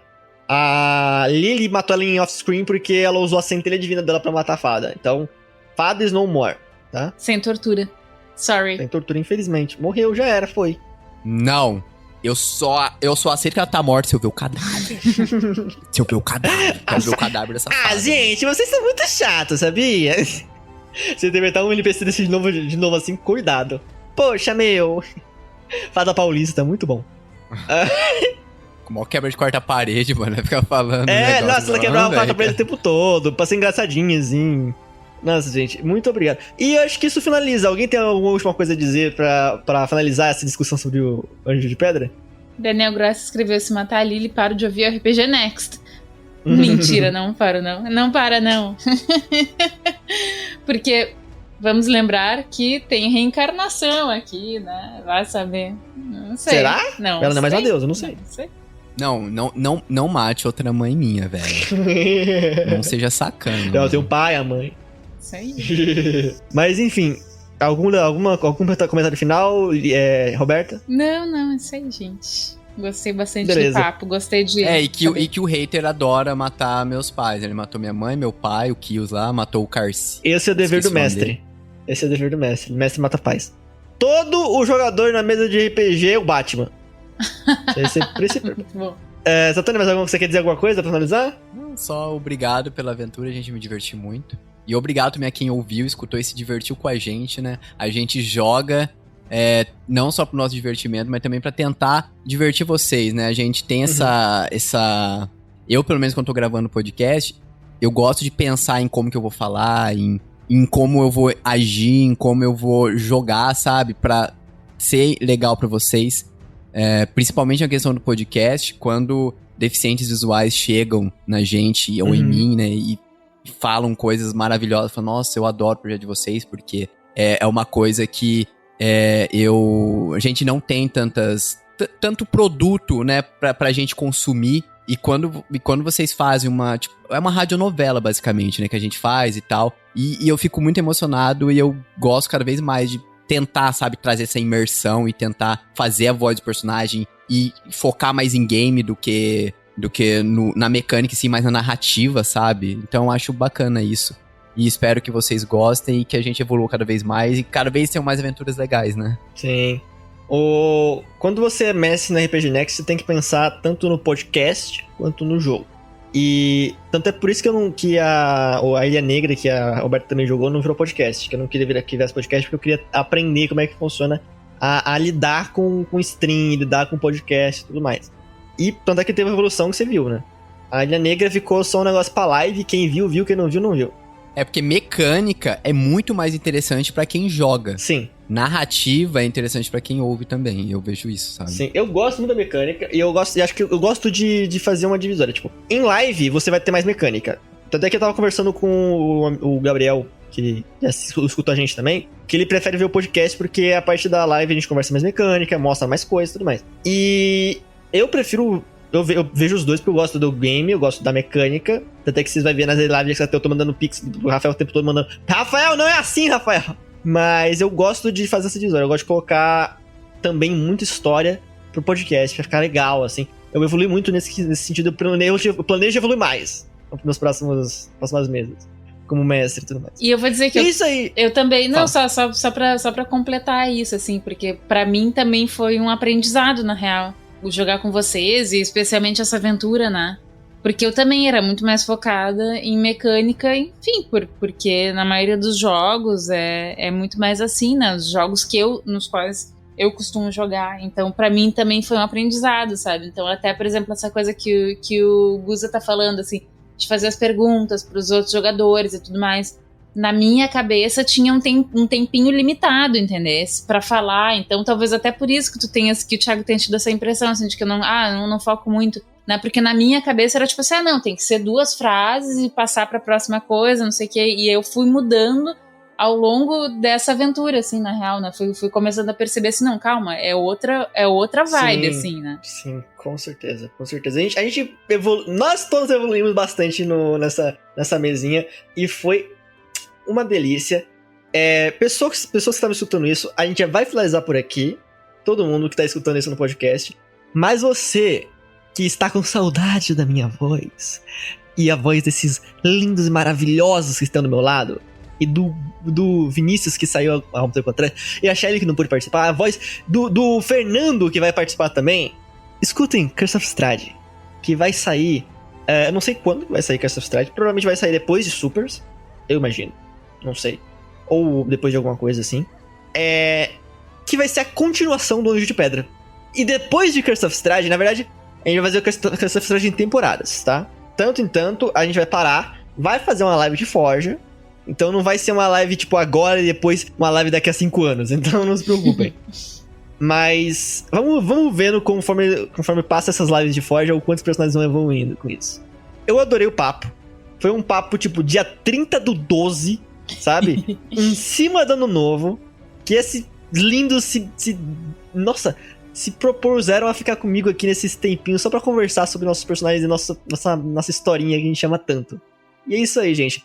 Muito obrigado por terem acompanhado o Anjo de Pedra. Muito obrigado por terem acompanhado as lives, o podcast. Muito obrigado por serem padrinhos. Se tornem padrinhos, é muito importante pra pagar editor, pra pagar material de gravação pras pessoas. É muito importante manter o projeto vivo. E, de coração, muito obrigado por dar a chance de eu poder mostrar a história que eu queria fazer. E pra fechar também, que vocês apontem também coisas que vocês gostem, que vocês preferem, pra gente ir mudando também, né, e adaptando, porque a gente faz muito isso pra todo mundo, né, pra vocês. Então, podem apontar coisas, eu gosto disso, eu gosto daquilo, né, que a gente vai tentando adaptando, é isso. E é isso aí, gente. Muito obrigado por tudo. Valeu, falou. E até a próxima. Beijo, gente. Beijo.